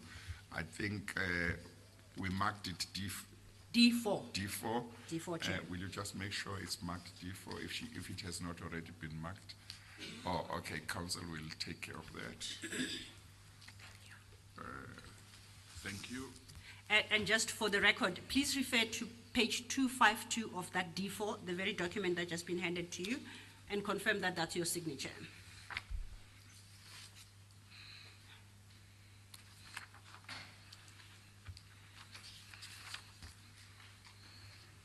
That, Ms. Mento, is the complete application you made to the Pretoria High Court, because Ms. Kaunda had provided only excerpts thereof.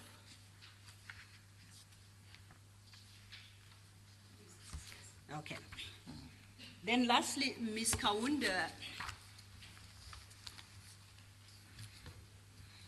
then refers to Annexure C, going back to Ms. Kaunda's affidavit, and that would appear from page 28, and Annexure C. Chair. Page 28 of which? Of the applications, Chair. Well, D3. that's D3. D3. Yeah. I'll You have to be get there. consistent. I'm going to have to be, so I apologize, Chair. Because when somebody reads the transcript afterwards, they might think you are referring to something other than D3 when you say applications. D3, Chair. Yes, what I page? apologize. I'm now at page 28, which is Annexure C.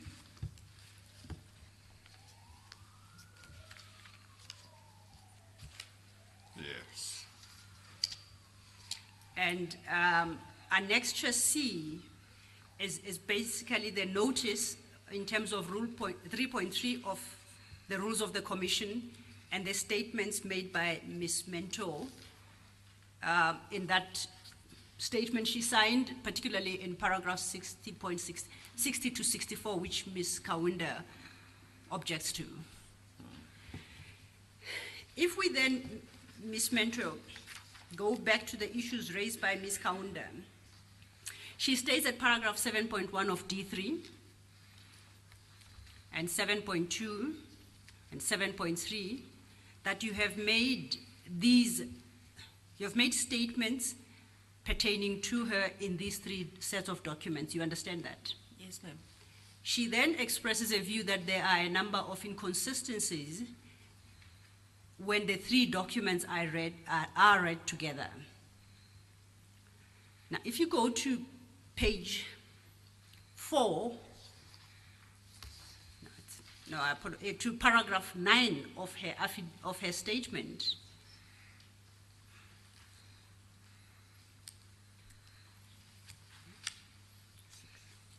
have you found it? It appears at page 6 of the record.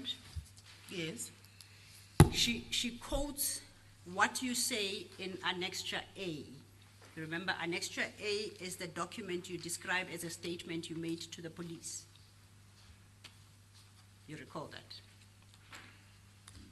Annexure A. To her own statement.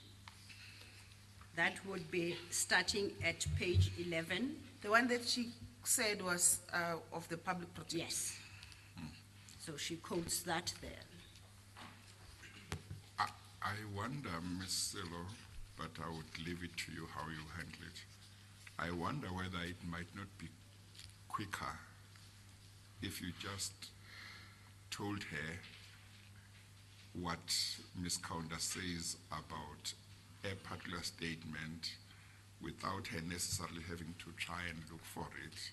Obviously, if she wants to look for it in order to understand it, she can do so.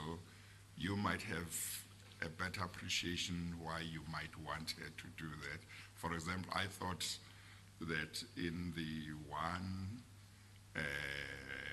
area that Ms. Kaunda refers to, she says, she said she did not know the name of the person who called her. Indeed, Chair. If, for example, you were just to put that to her to say, Ms. Kaunda says in statement, such and such a statement, you say you did not know the person that called you, but you have told this commission it was her. What do you say? Maybe it might be quicker, but you know how you want to run this thing. If you feel that it's important that she should go through and find the spot where that is said, I leave it to you. Chair, with your leave, I would prefer the latter. Okay. And in all right. particular, with what is quoted in page 6 of Ms. Kaunda's statement, should Ms. Mentor want to satisfy herself Yeah. that is precisely what she said, I would like her to have the opportunity to do so. But Okay. if she is willing to accept Yeah. that she is properly quoted in that page, then she Yes. may indicate so and will proceed. Okay, okay. Would you like to verify, Ms. Mentor, what Ms. Kaunda states at her paragraph 9 in quoting from your statement that is annexed to hers marked A? You accept that's what it reads? There is a problem with a portion of 9 Okay? where it says, I phoned Ms. Lukela Kaunda at Lutuli House. Please go to Annexure A, which she has annexed, at page 11.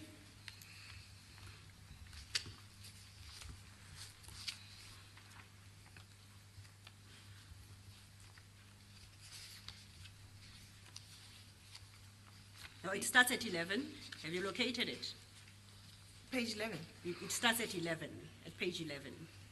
Okay, now if you go to page 13, that's where paragraph 25, typed 25 appears.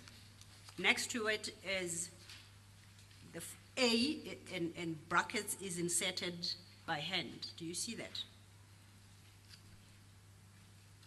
Yes, I do. Immediately below that typed paragraph, there is an entry by hand. And just above it, in brackets, 25B is written. Do you see that?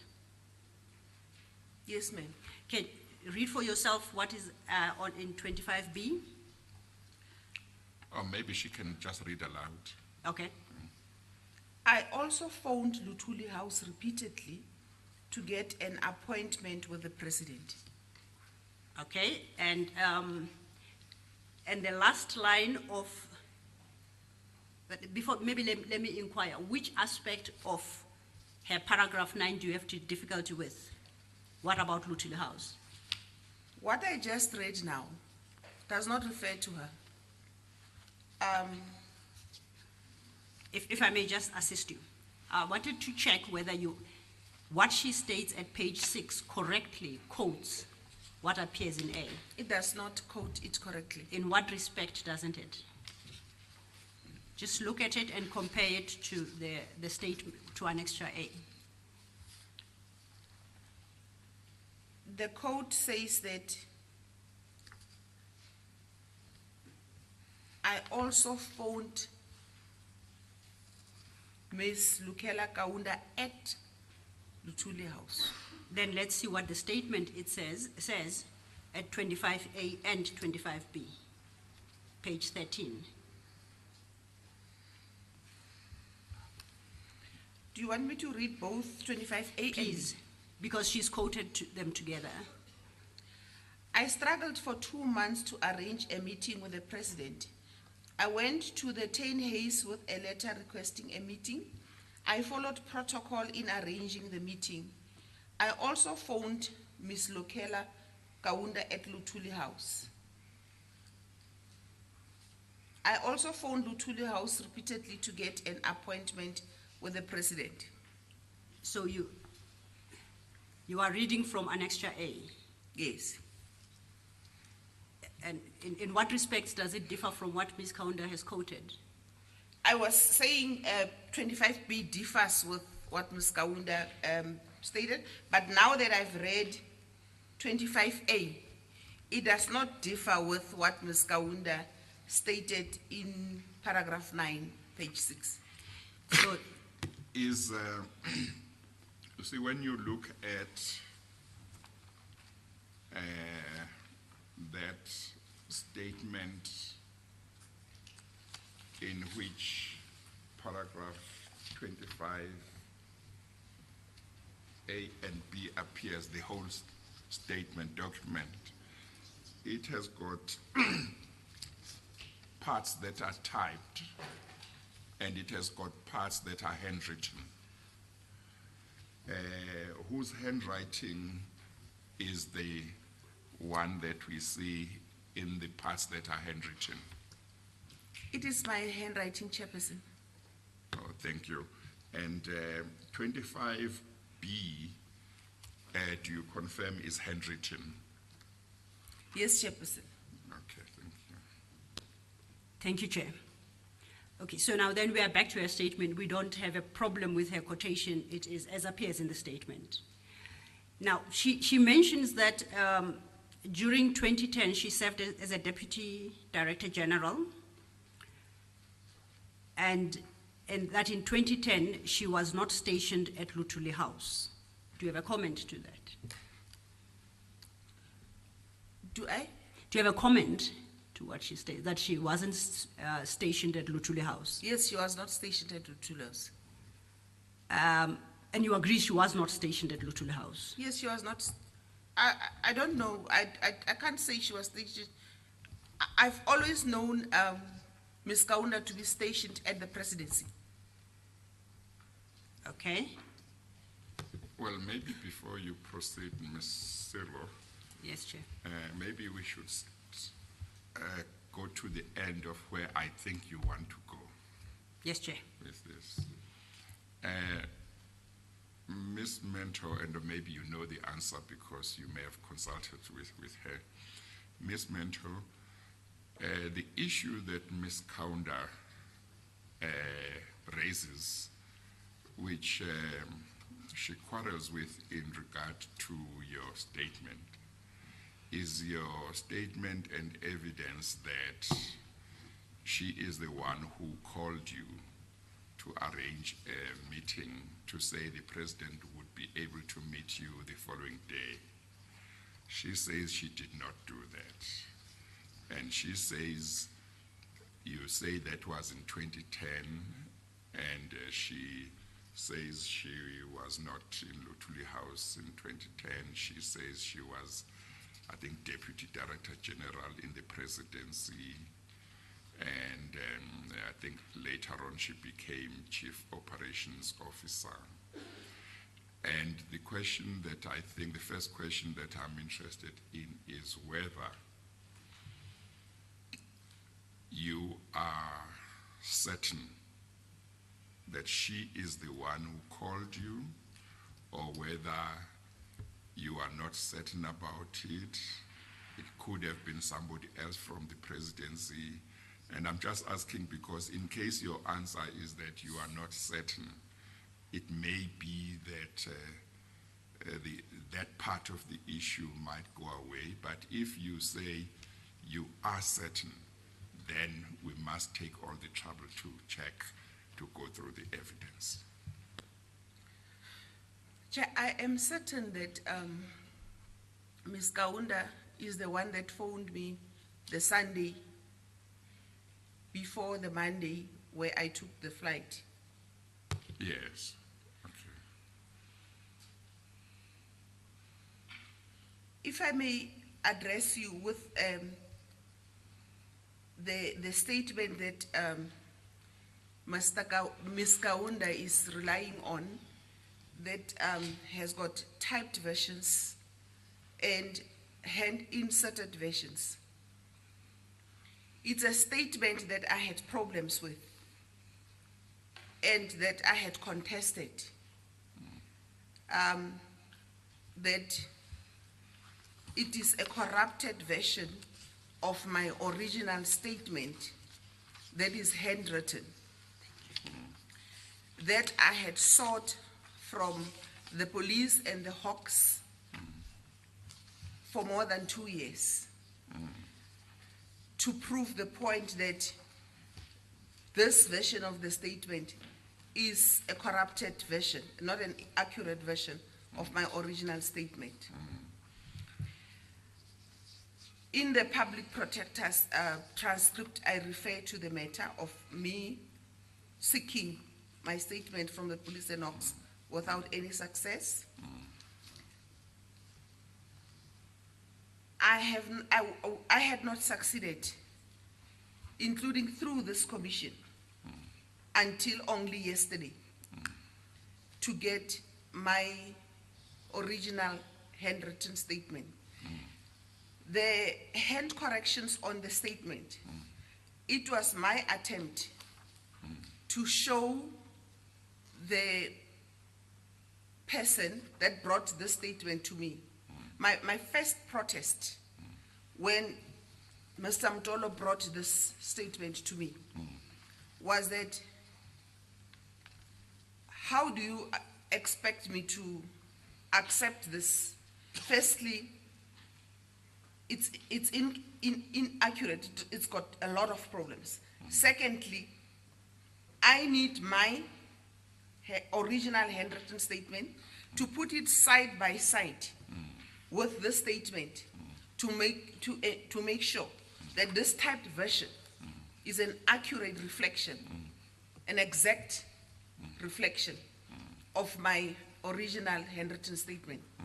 I had asked Mr. Mtolo about the inaccuracies, which were not only linguistic, but they were very critical aspects of the original statement that were not of this statement that was not in tandem with one. So I started demanding. In fact, when he said he was going to come to see me, I said, please bring my original statement. And that battle continued for 2 years until yesterday morning. At the beginning of this commission, legal counsel tried. We were given 3 statements, 2 of which are termed supplementary. The handwritten one was not forthcoming. So I have been denied all the time a right to my first handwritten statement that would have corrected the issue that Ms. Kaunda is relying on to reject my version of events. I stand by my account. She is the one that called me that Sunday night. I said so to the public protector. I said so in my original handwritten statement. The problem only became in this corrupted version. No, that's very helpful to know exactly what you are sure about, because it's important that we know where you say, here I am sure, and where you say, I'm not sure here, and where you say, I don't know. Here you are quite clear that she is the one who phoned you. Now, the handwritten statement that you speak about, it is available to the Commission's legal team, I assume. Since yesterday, yes. Yes, okay. So this statement that Ms. Kaunda relies upon, which has got some typed parts and handwritten parts, it is not a statement, it is not a finished product as representing in every respect what you wanted to say. Is that correct? That's correct. In some respects it might be correct, but in others it's not correct. Yes, Chair. Thank you. Chair, with your leave, my request that we flag those questions and those answers, because I'm not sure, judging by Ms. Mentor's responses, whether she fully understood the questions. We are going to deal with the statements in a particular fashion, and I would like to believe that the questions that the chair has posed to her will be clarified. So if I may just request that whatever answers she gave now, to the extent that they may not tally with what she is going to testify to the chair, because I'm not sure she understood the questions. Well, I must just say, Ms. Mentor, again, please relax and feel free. Make sure that what you are saying is what you are comfortable with.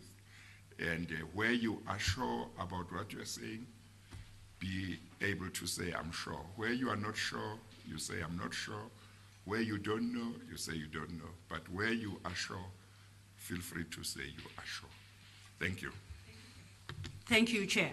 Now, on that statement, it doesn't have a last page on Ms. Kaunda's papers, but do you have a recollection of when it was created, Annexure A?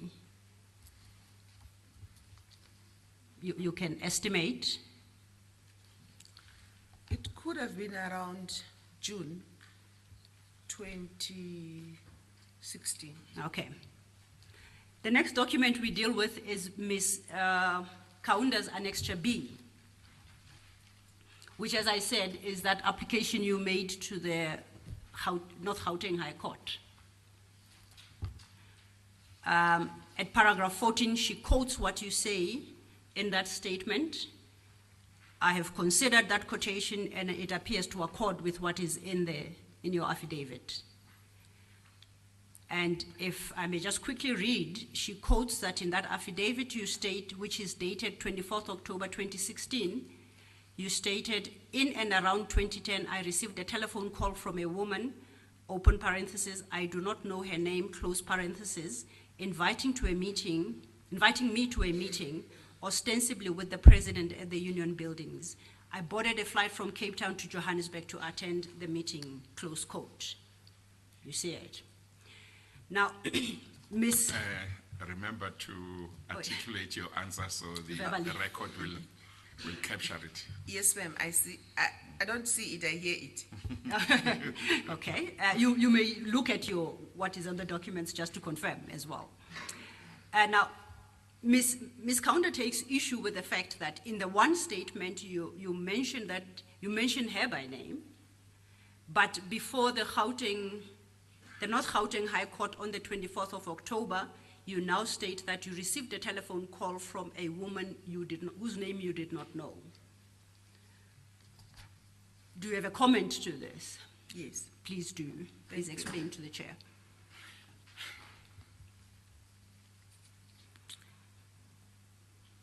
In my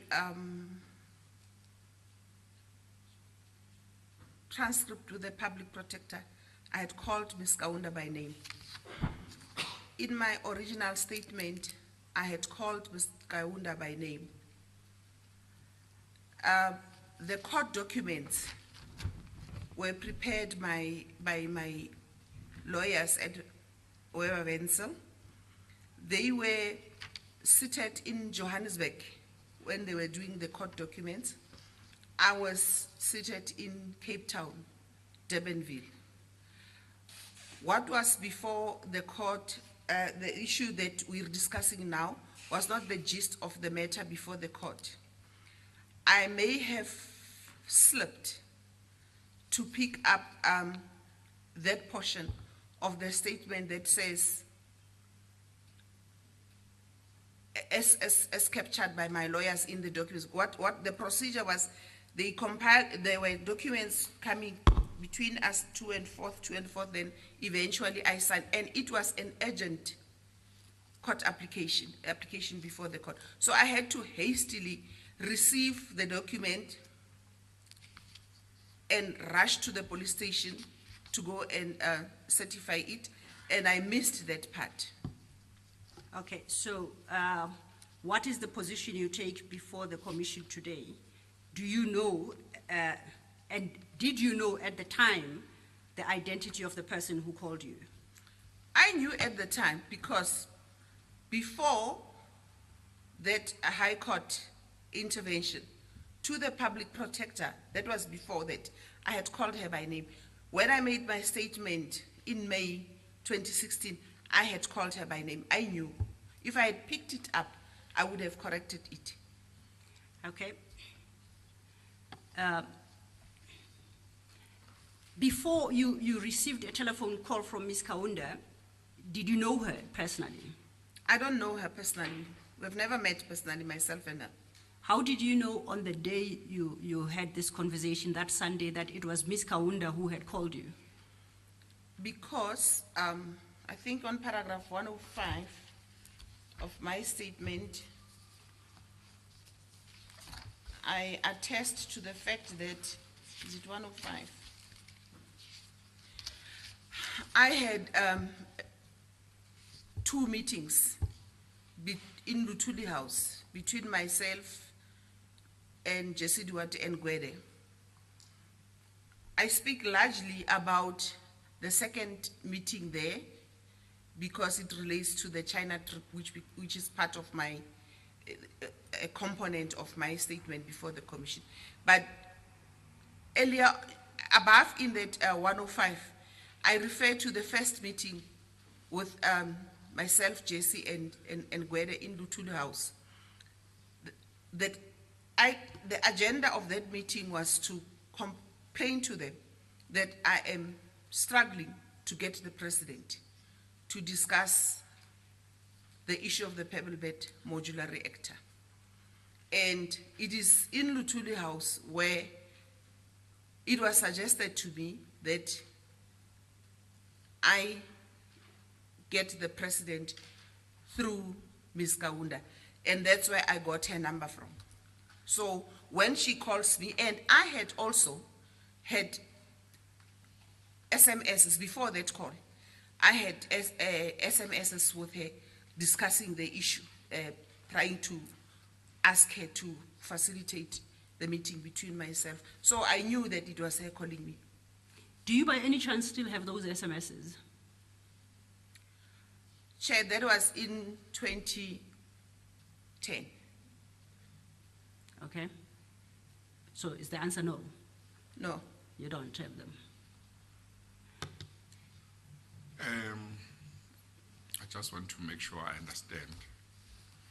I understood you earlier on to say that prior to Ms. Kaunda calling you on that Sunday to say the president would be able to meet you the following morning, I understood you earlier on to say you didn't know her before that. But I thought later on you were saying you had been to a meeting with Mr. Mantashe and Ms. Duarte, and it had been suggested that you get in touch with her, and you had been in touch with her. In terms of what came first in regard to that, are you able to tell me? Chair, the first part of your question to me deals with me knowing her in person. Well, there is a question that was asked by counsel, and my recollection is that she asked you whether you knew Ms. Kaunda at the time she made the call to you to say the president would be able to meet you the following morning. Now, my recollection is that, if I'm correct in saying that's the question that was put to you, my understanding is that your answer was that you did not know her at that time. Is that your understanding of what the question was to you, and is that your understanding of what your answer was to the question? Yes, Chair. To me, knowing means have we met before in person? So I understand the question. If I misunderstood it, I beg your pardon. Or what you meant was you had never met her. Yes. But that didn't necessarily mean you had never communicated with her. Is that Yes, what Chair, you but mean? the question was not, did you communicate with her before? No, I accept that. I'm trying to understand what your thinking was. In other words, were you meaning to convey to the commission that prior to that call from her on that Sunday, you had never met her in person? So maybe the question then can be asked, prior to that call, had you communicated with her in one way or another? Yes, Chair. Hence, when he calls me, he says, the meeting that you have been seeking with the president, I had been communicating with her, but we had not met in person. Thanks for the clarification, Chair. So when you say you knew her, you meant you had had communication with her? Yes, I apologize for my poor English. No. just so we understand. And it's important because at 16.2 of her statement, paragraph 16.2, Ms. Kaunda states unequivocally, and I quote, "During 2010, Ms. Mentor and I have been unknown to each other," end quote. So she denies any knowledge of you at that time, or that you knew each other at all at that time. Chair, I don't understand what knowing means. Okay, I think she might come at some stage and explain what she means, but to the extent that she may mean the two of you had never met, you would agree with her. Yes, Chair. To the extent that she may also include that there had never been any communication between the two of you, you would not agree with that. I would not agree with that, Chair. Okay. Okay. Can I just then, to round it up, when you say you knew her, exactly what do you mean by knowing? So from your perspective, what would you want us to understand?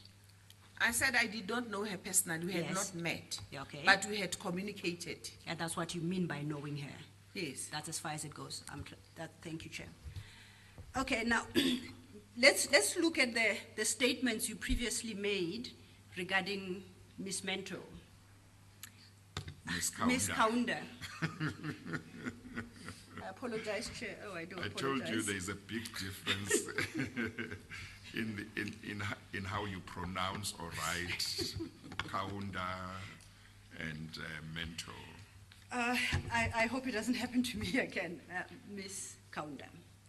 Okay? I beg yours? I say I meant Ms. Kaunda. The statements that you made about Ms. Kaunda, that is the statement I want to make. It's clarified. Thank you. You mentioned the PP's interview. You mentioned the statement you made to SAPS. And then there is the intervention application. So let's try and put them in date form. When I look at the record, the PP transcript appears from Mentor Main Bundle D1, starting from page 38. And as I indicated to the chair, it's regarding an interview either on the 21st or the 22nd of July, 2016. And on my records at page 84 of that transcript, line 7 to be precise,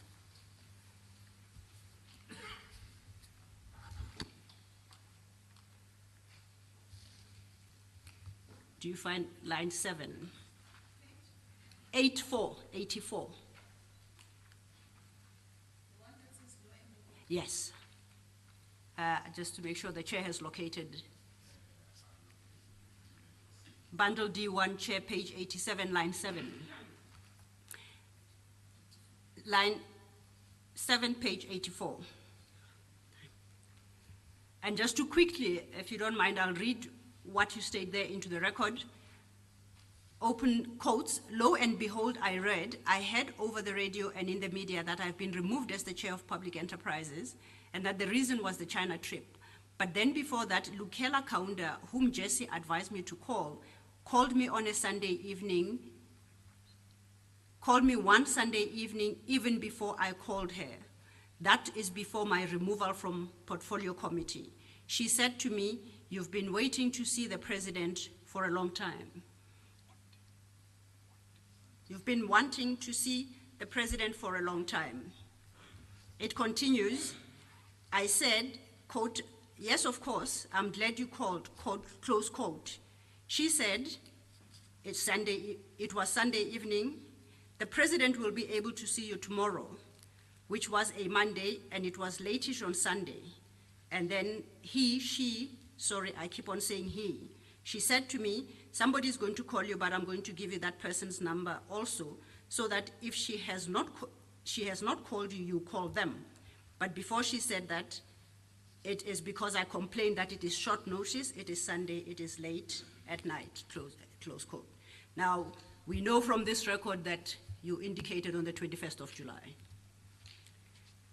The next indication, the next reference you have, Do you want confirmation from her, or I just want to make sure if she's supposed to respond, she does, and that the record captures and that? I wasn't going to, but I'm happy to Oh. check, unless she disputes No, the no, record no. of the public protector. You Well, confirm I- that's what you stated to the public protector as reflected there? Say that I again. do. Thank you. Then I would like to refer you in the same bundle to page 152. It starts at 150.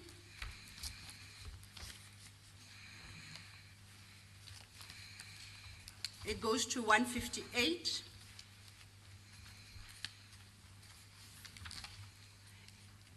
That, Chair and Ms. Mentor, is the complete version of Ms.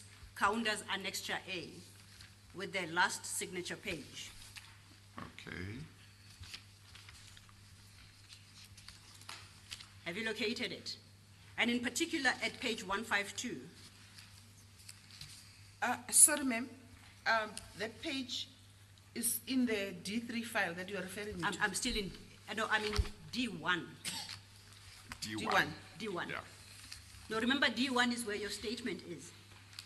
Yes. Yeah, where would you, Oh, where this the- is D1, yes. Yes. This is D3. Yes. Yes. Now, if you go to D1, page 150, up to 158, and I stated that that is the full version of the statement which Ms.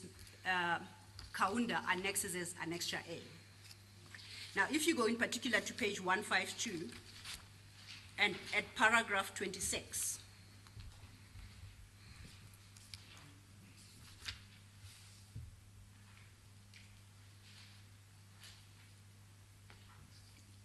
can you just quickly read what's written there into the record? I read it as it appears after spoken to Mr. Elka Unda, she made contact with me one Sunday evening after 10 on my official phone. She just informed me that the person will phone me with regards to my meeting with the president together with the arrangement. That was to be for the next day, which was a Monday. And end of quote. Now, if you go to page 158, it will indicate on what date the statement was made.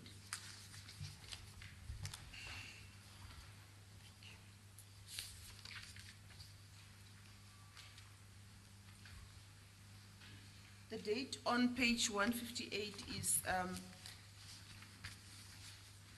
the 9th of May, 2016. Okay. And I don't have to take you to that, Chair, D4, which is the intervention application, is dated the 25th of October, 2016. So at least on record, on two previous occasions, you want to speak? Yes. Through you, Chair, Yes. am I able to ask Advocate Silo or to bring something to the attention pertaining to the matter we canvassed before you were moving to a new matter, the one of Mr. Kaunda? I'm still on Ms. Kaunda. I haven't moved. Okay. Yeah. Okay, all right. No, but do feel free if there's something that you think is important. That, Yes, I'm happy yeah. to hear. It is important to me that in this part that I read to the record, it's referred to as Mr. Kaunda, Yes? and in my original handwritten statement, I refer to Ms. Kaunda as Ms. Kaunda. Yes. And I did not type this version, and this Mr. Kaunda is in a typed version. Yes. And I did not have my handwritten statement that I had been demanding Yes.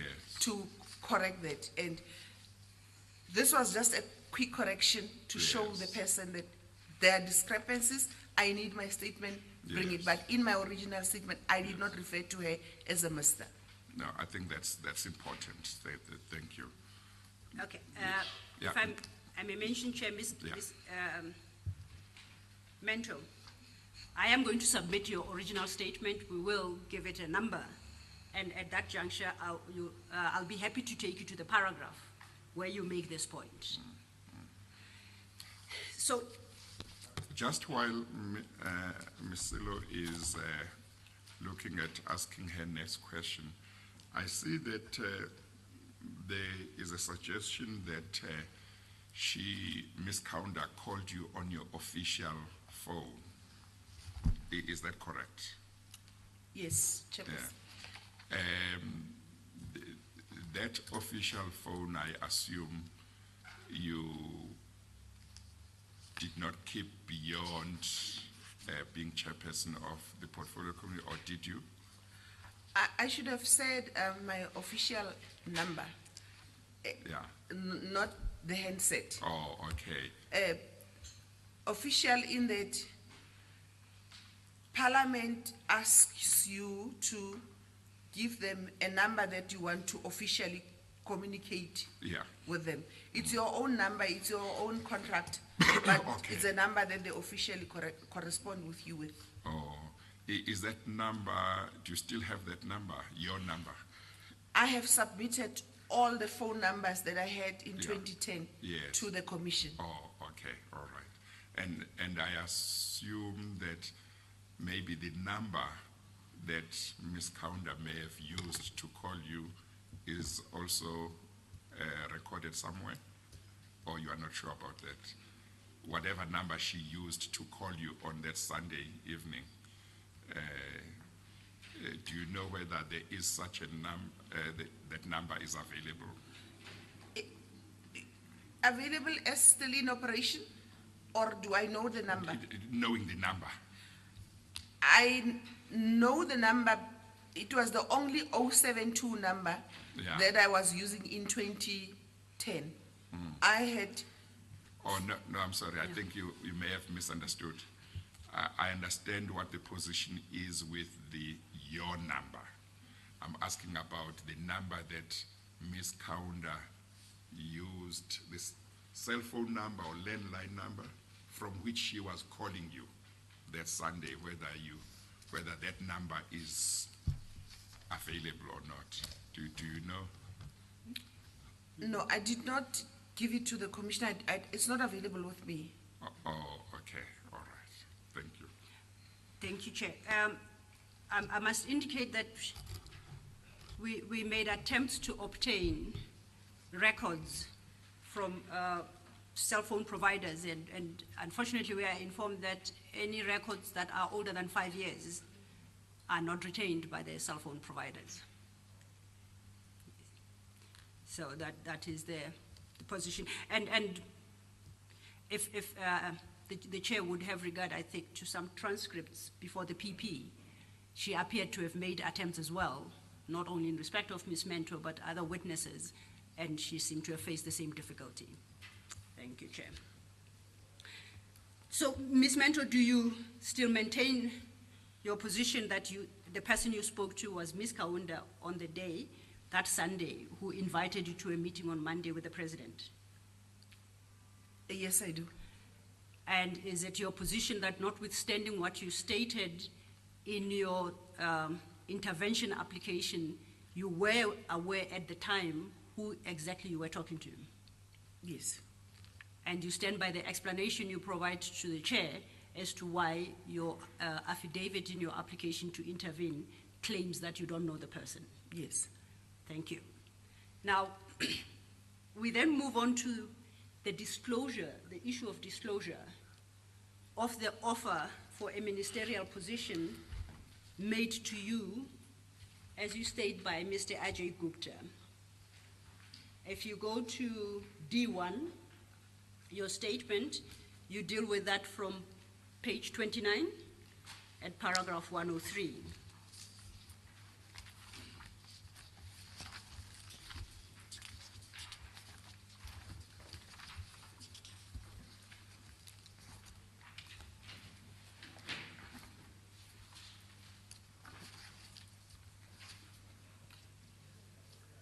Paragraph? 103, Sorry. page 29. It's fine. Okay. Now, I would like you to deal with these aspects in the following manner. You've got a main heading, and you have one titled First Disclosures. And starting at paragraph 118, you have a small heading, The Hawks. And at page 35, paragraph 124, you finally have the Public Protector.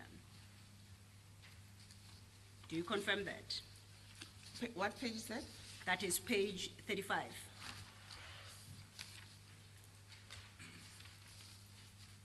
Yes.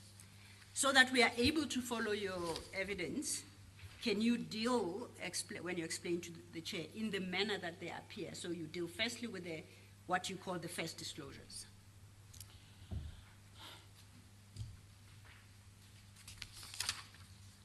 Shortly after my my encounter, I cannot say exactly how many days after my encounter at Saxonwold, but it was at a meeting of the Portfolio Committee of the Joint Standing Committee on Intelligence. Our meeting room had two portions. We converge in one portion. We have tea and we leave our cell phones there, and we eat there, and then we go to the meeting room. We are. Could you be specific? Members of the Portfolio Committee on Joint Standing Committee. And that's in Parliament? Yes. Thank you. And this is going to correct slightly a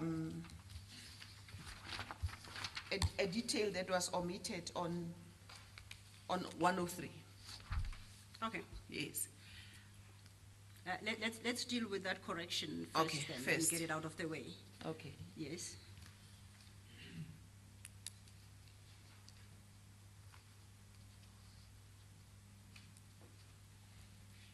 I would like to make an addition Yes.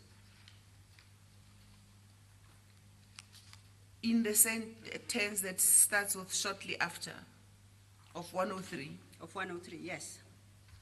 to the effect that I would like to add before the three names.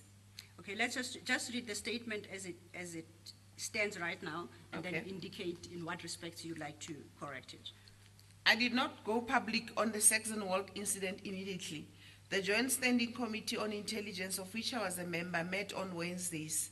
Shortly after my encounter with Mr. Zuma and the Guptas at their residence, I did disclose to a few members of the committee what had happened at my recent meeting with Mr. Zuma.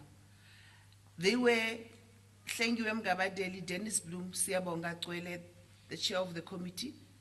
They all took interest in my account. Okay. There is a version that's omitted that comes before those three names. Okay. Please explain to the chair what's omitted. It's a version, a component that said, I disclosed to the committee meeting, the committee members in an informal setting where we were drinking tea and having snacks. And that those three members are the ones that paid attention to the matter that I was raising, and are the ones that engaged the issue in that informal setting. Okay. So is what you want to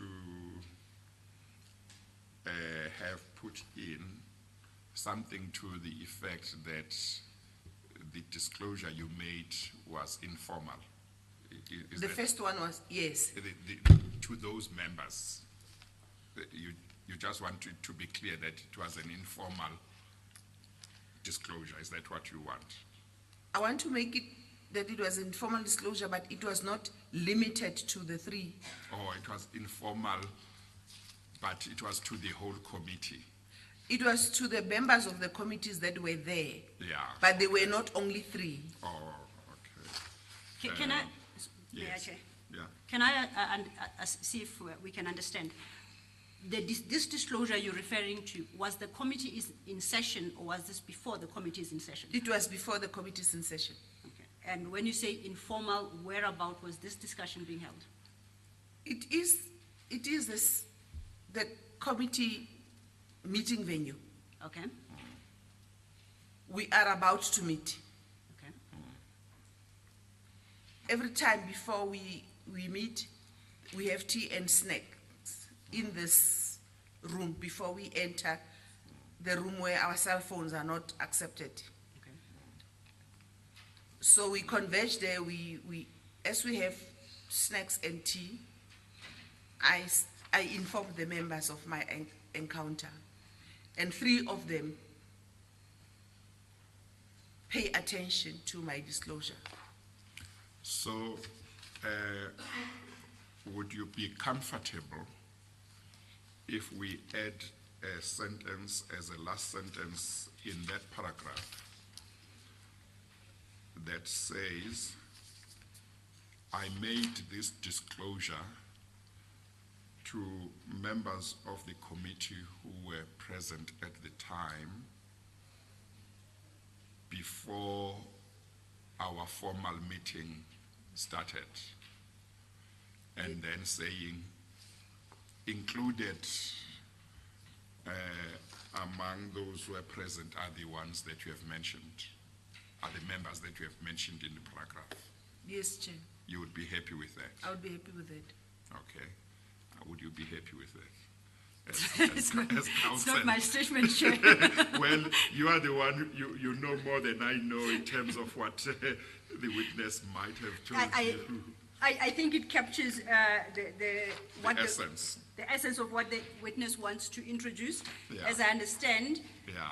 the statement, this paragraph as it reads right now stands. Yeah. She just qualifies and says Yes. this discussion happened Yeah. out, not in the committee meeting itself, when the Yes. committee was in session, but before. Yeah. And it was made amongst a number of people, Yes. three of whom took an interest in what she was saying. Yeah. And it's the three that are listed Let's- there. let's say- So, I made this disclosure informally to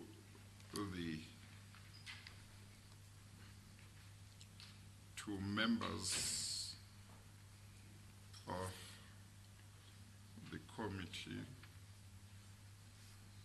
who were present as you were having tea before the formal meeting. Is that right? Is that fine? Yes, Chair. As we were having tea before the formal meeting could start. Is that fine? Okay. thank you, Okay, Chair. thank you. Okay, now with that correction, we now have come to understand that you made this disclosure informally while you were having tea before the committee you referred to. In paragraph 103, the Committee on Intelligence started its meeting, and that three members took an interest in what you were saying, specifically Hlengiwe Mgabadeli, Dennis Bloom, and Siyabonga Cwele, the chair of the committee. Okay, now can you take it from there? And before you do, when you say they took an interest, did they respond in any manner, and if so, what did they say?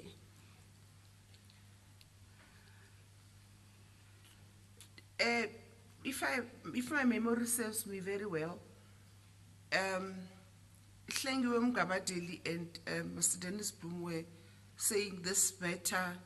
I'm just loosely trying to remember. Okay. It needs attention. It's repeatedly in the media, like the Gupta. I've just told them about my experience with them. Tlengiwe Gabadeli also said that because she was my neighbor, we should discuss this later when we knock off. Dr. Kwele, outside the meeting, also expressed a concern, but we were not in a formal meeting. Okay. So we go now into the meeting, Okay.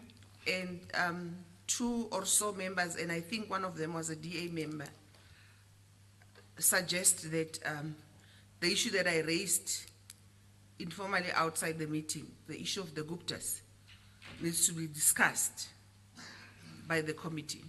Now, two questions here. Do you recall the identity of that member? No. I think the DA might have only had one member. I'm not Okay. sure. I think they had one member, one alternating. So I would not know which one, because when they have one member and one member alternating, it means that their two members cannot attend at the same time. Only when the one member is absent will the other member attend. So I do not recall.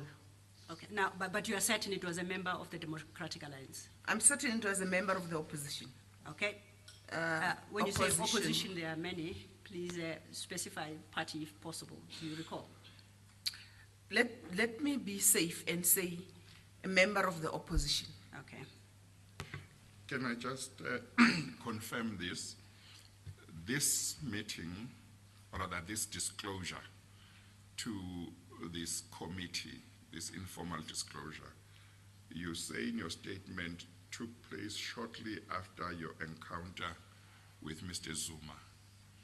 Now, we know from what you have told us that the day of the week when you were in Johannesburg to meet the former president was a Monday. And you are saying here that this committee used to meet on Wednesdays. Could it be that this meeting where you made this informal disclosure was the first Wednesday after the Monday when you had been to Johannesburg, or could it be much later than that? In other words, was it the Wednesday of the same week that you had been to Johannesburg to meet with the president, or was it the Wednesday of another week? And if you can't remember, you can say that you can't remember. But if you do remember, just help us. I am inclined to think that it's not the first Monday, Chair, the first Wednesday, but I know that it was not long after Yes. my encounter. So maybe it could be the following week or the week after.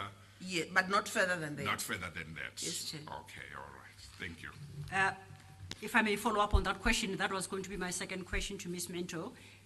Yes, to Ms. Mento. When you made this disclosure in the manner you have described and at the place you have referred to, was it before or after the reshuffle and removal of Ms. Hogan as a Minister of Public Enterprises? It was before. Before. Thank you.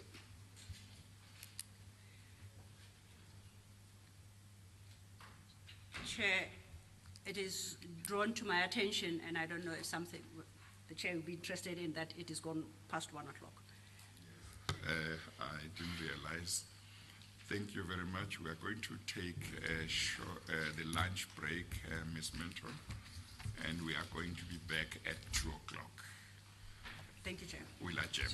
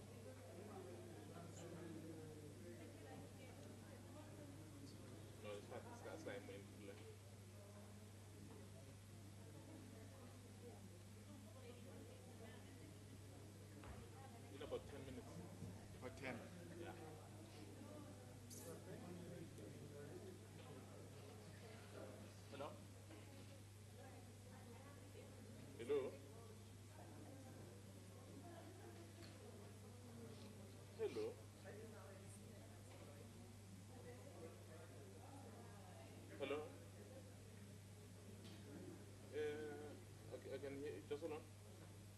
Yeah, I can hear you now. Yeah, loud. Yeah. Okay, just hold on. 1, 2, 1, 2, 1, 2.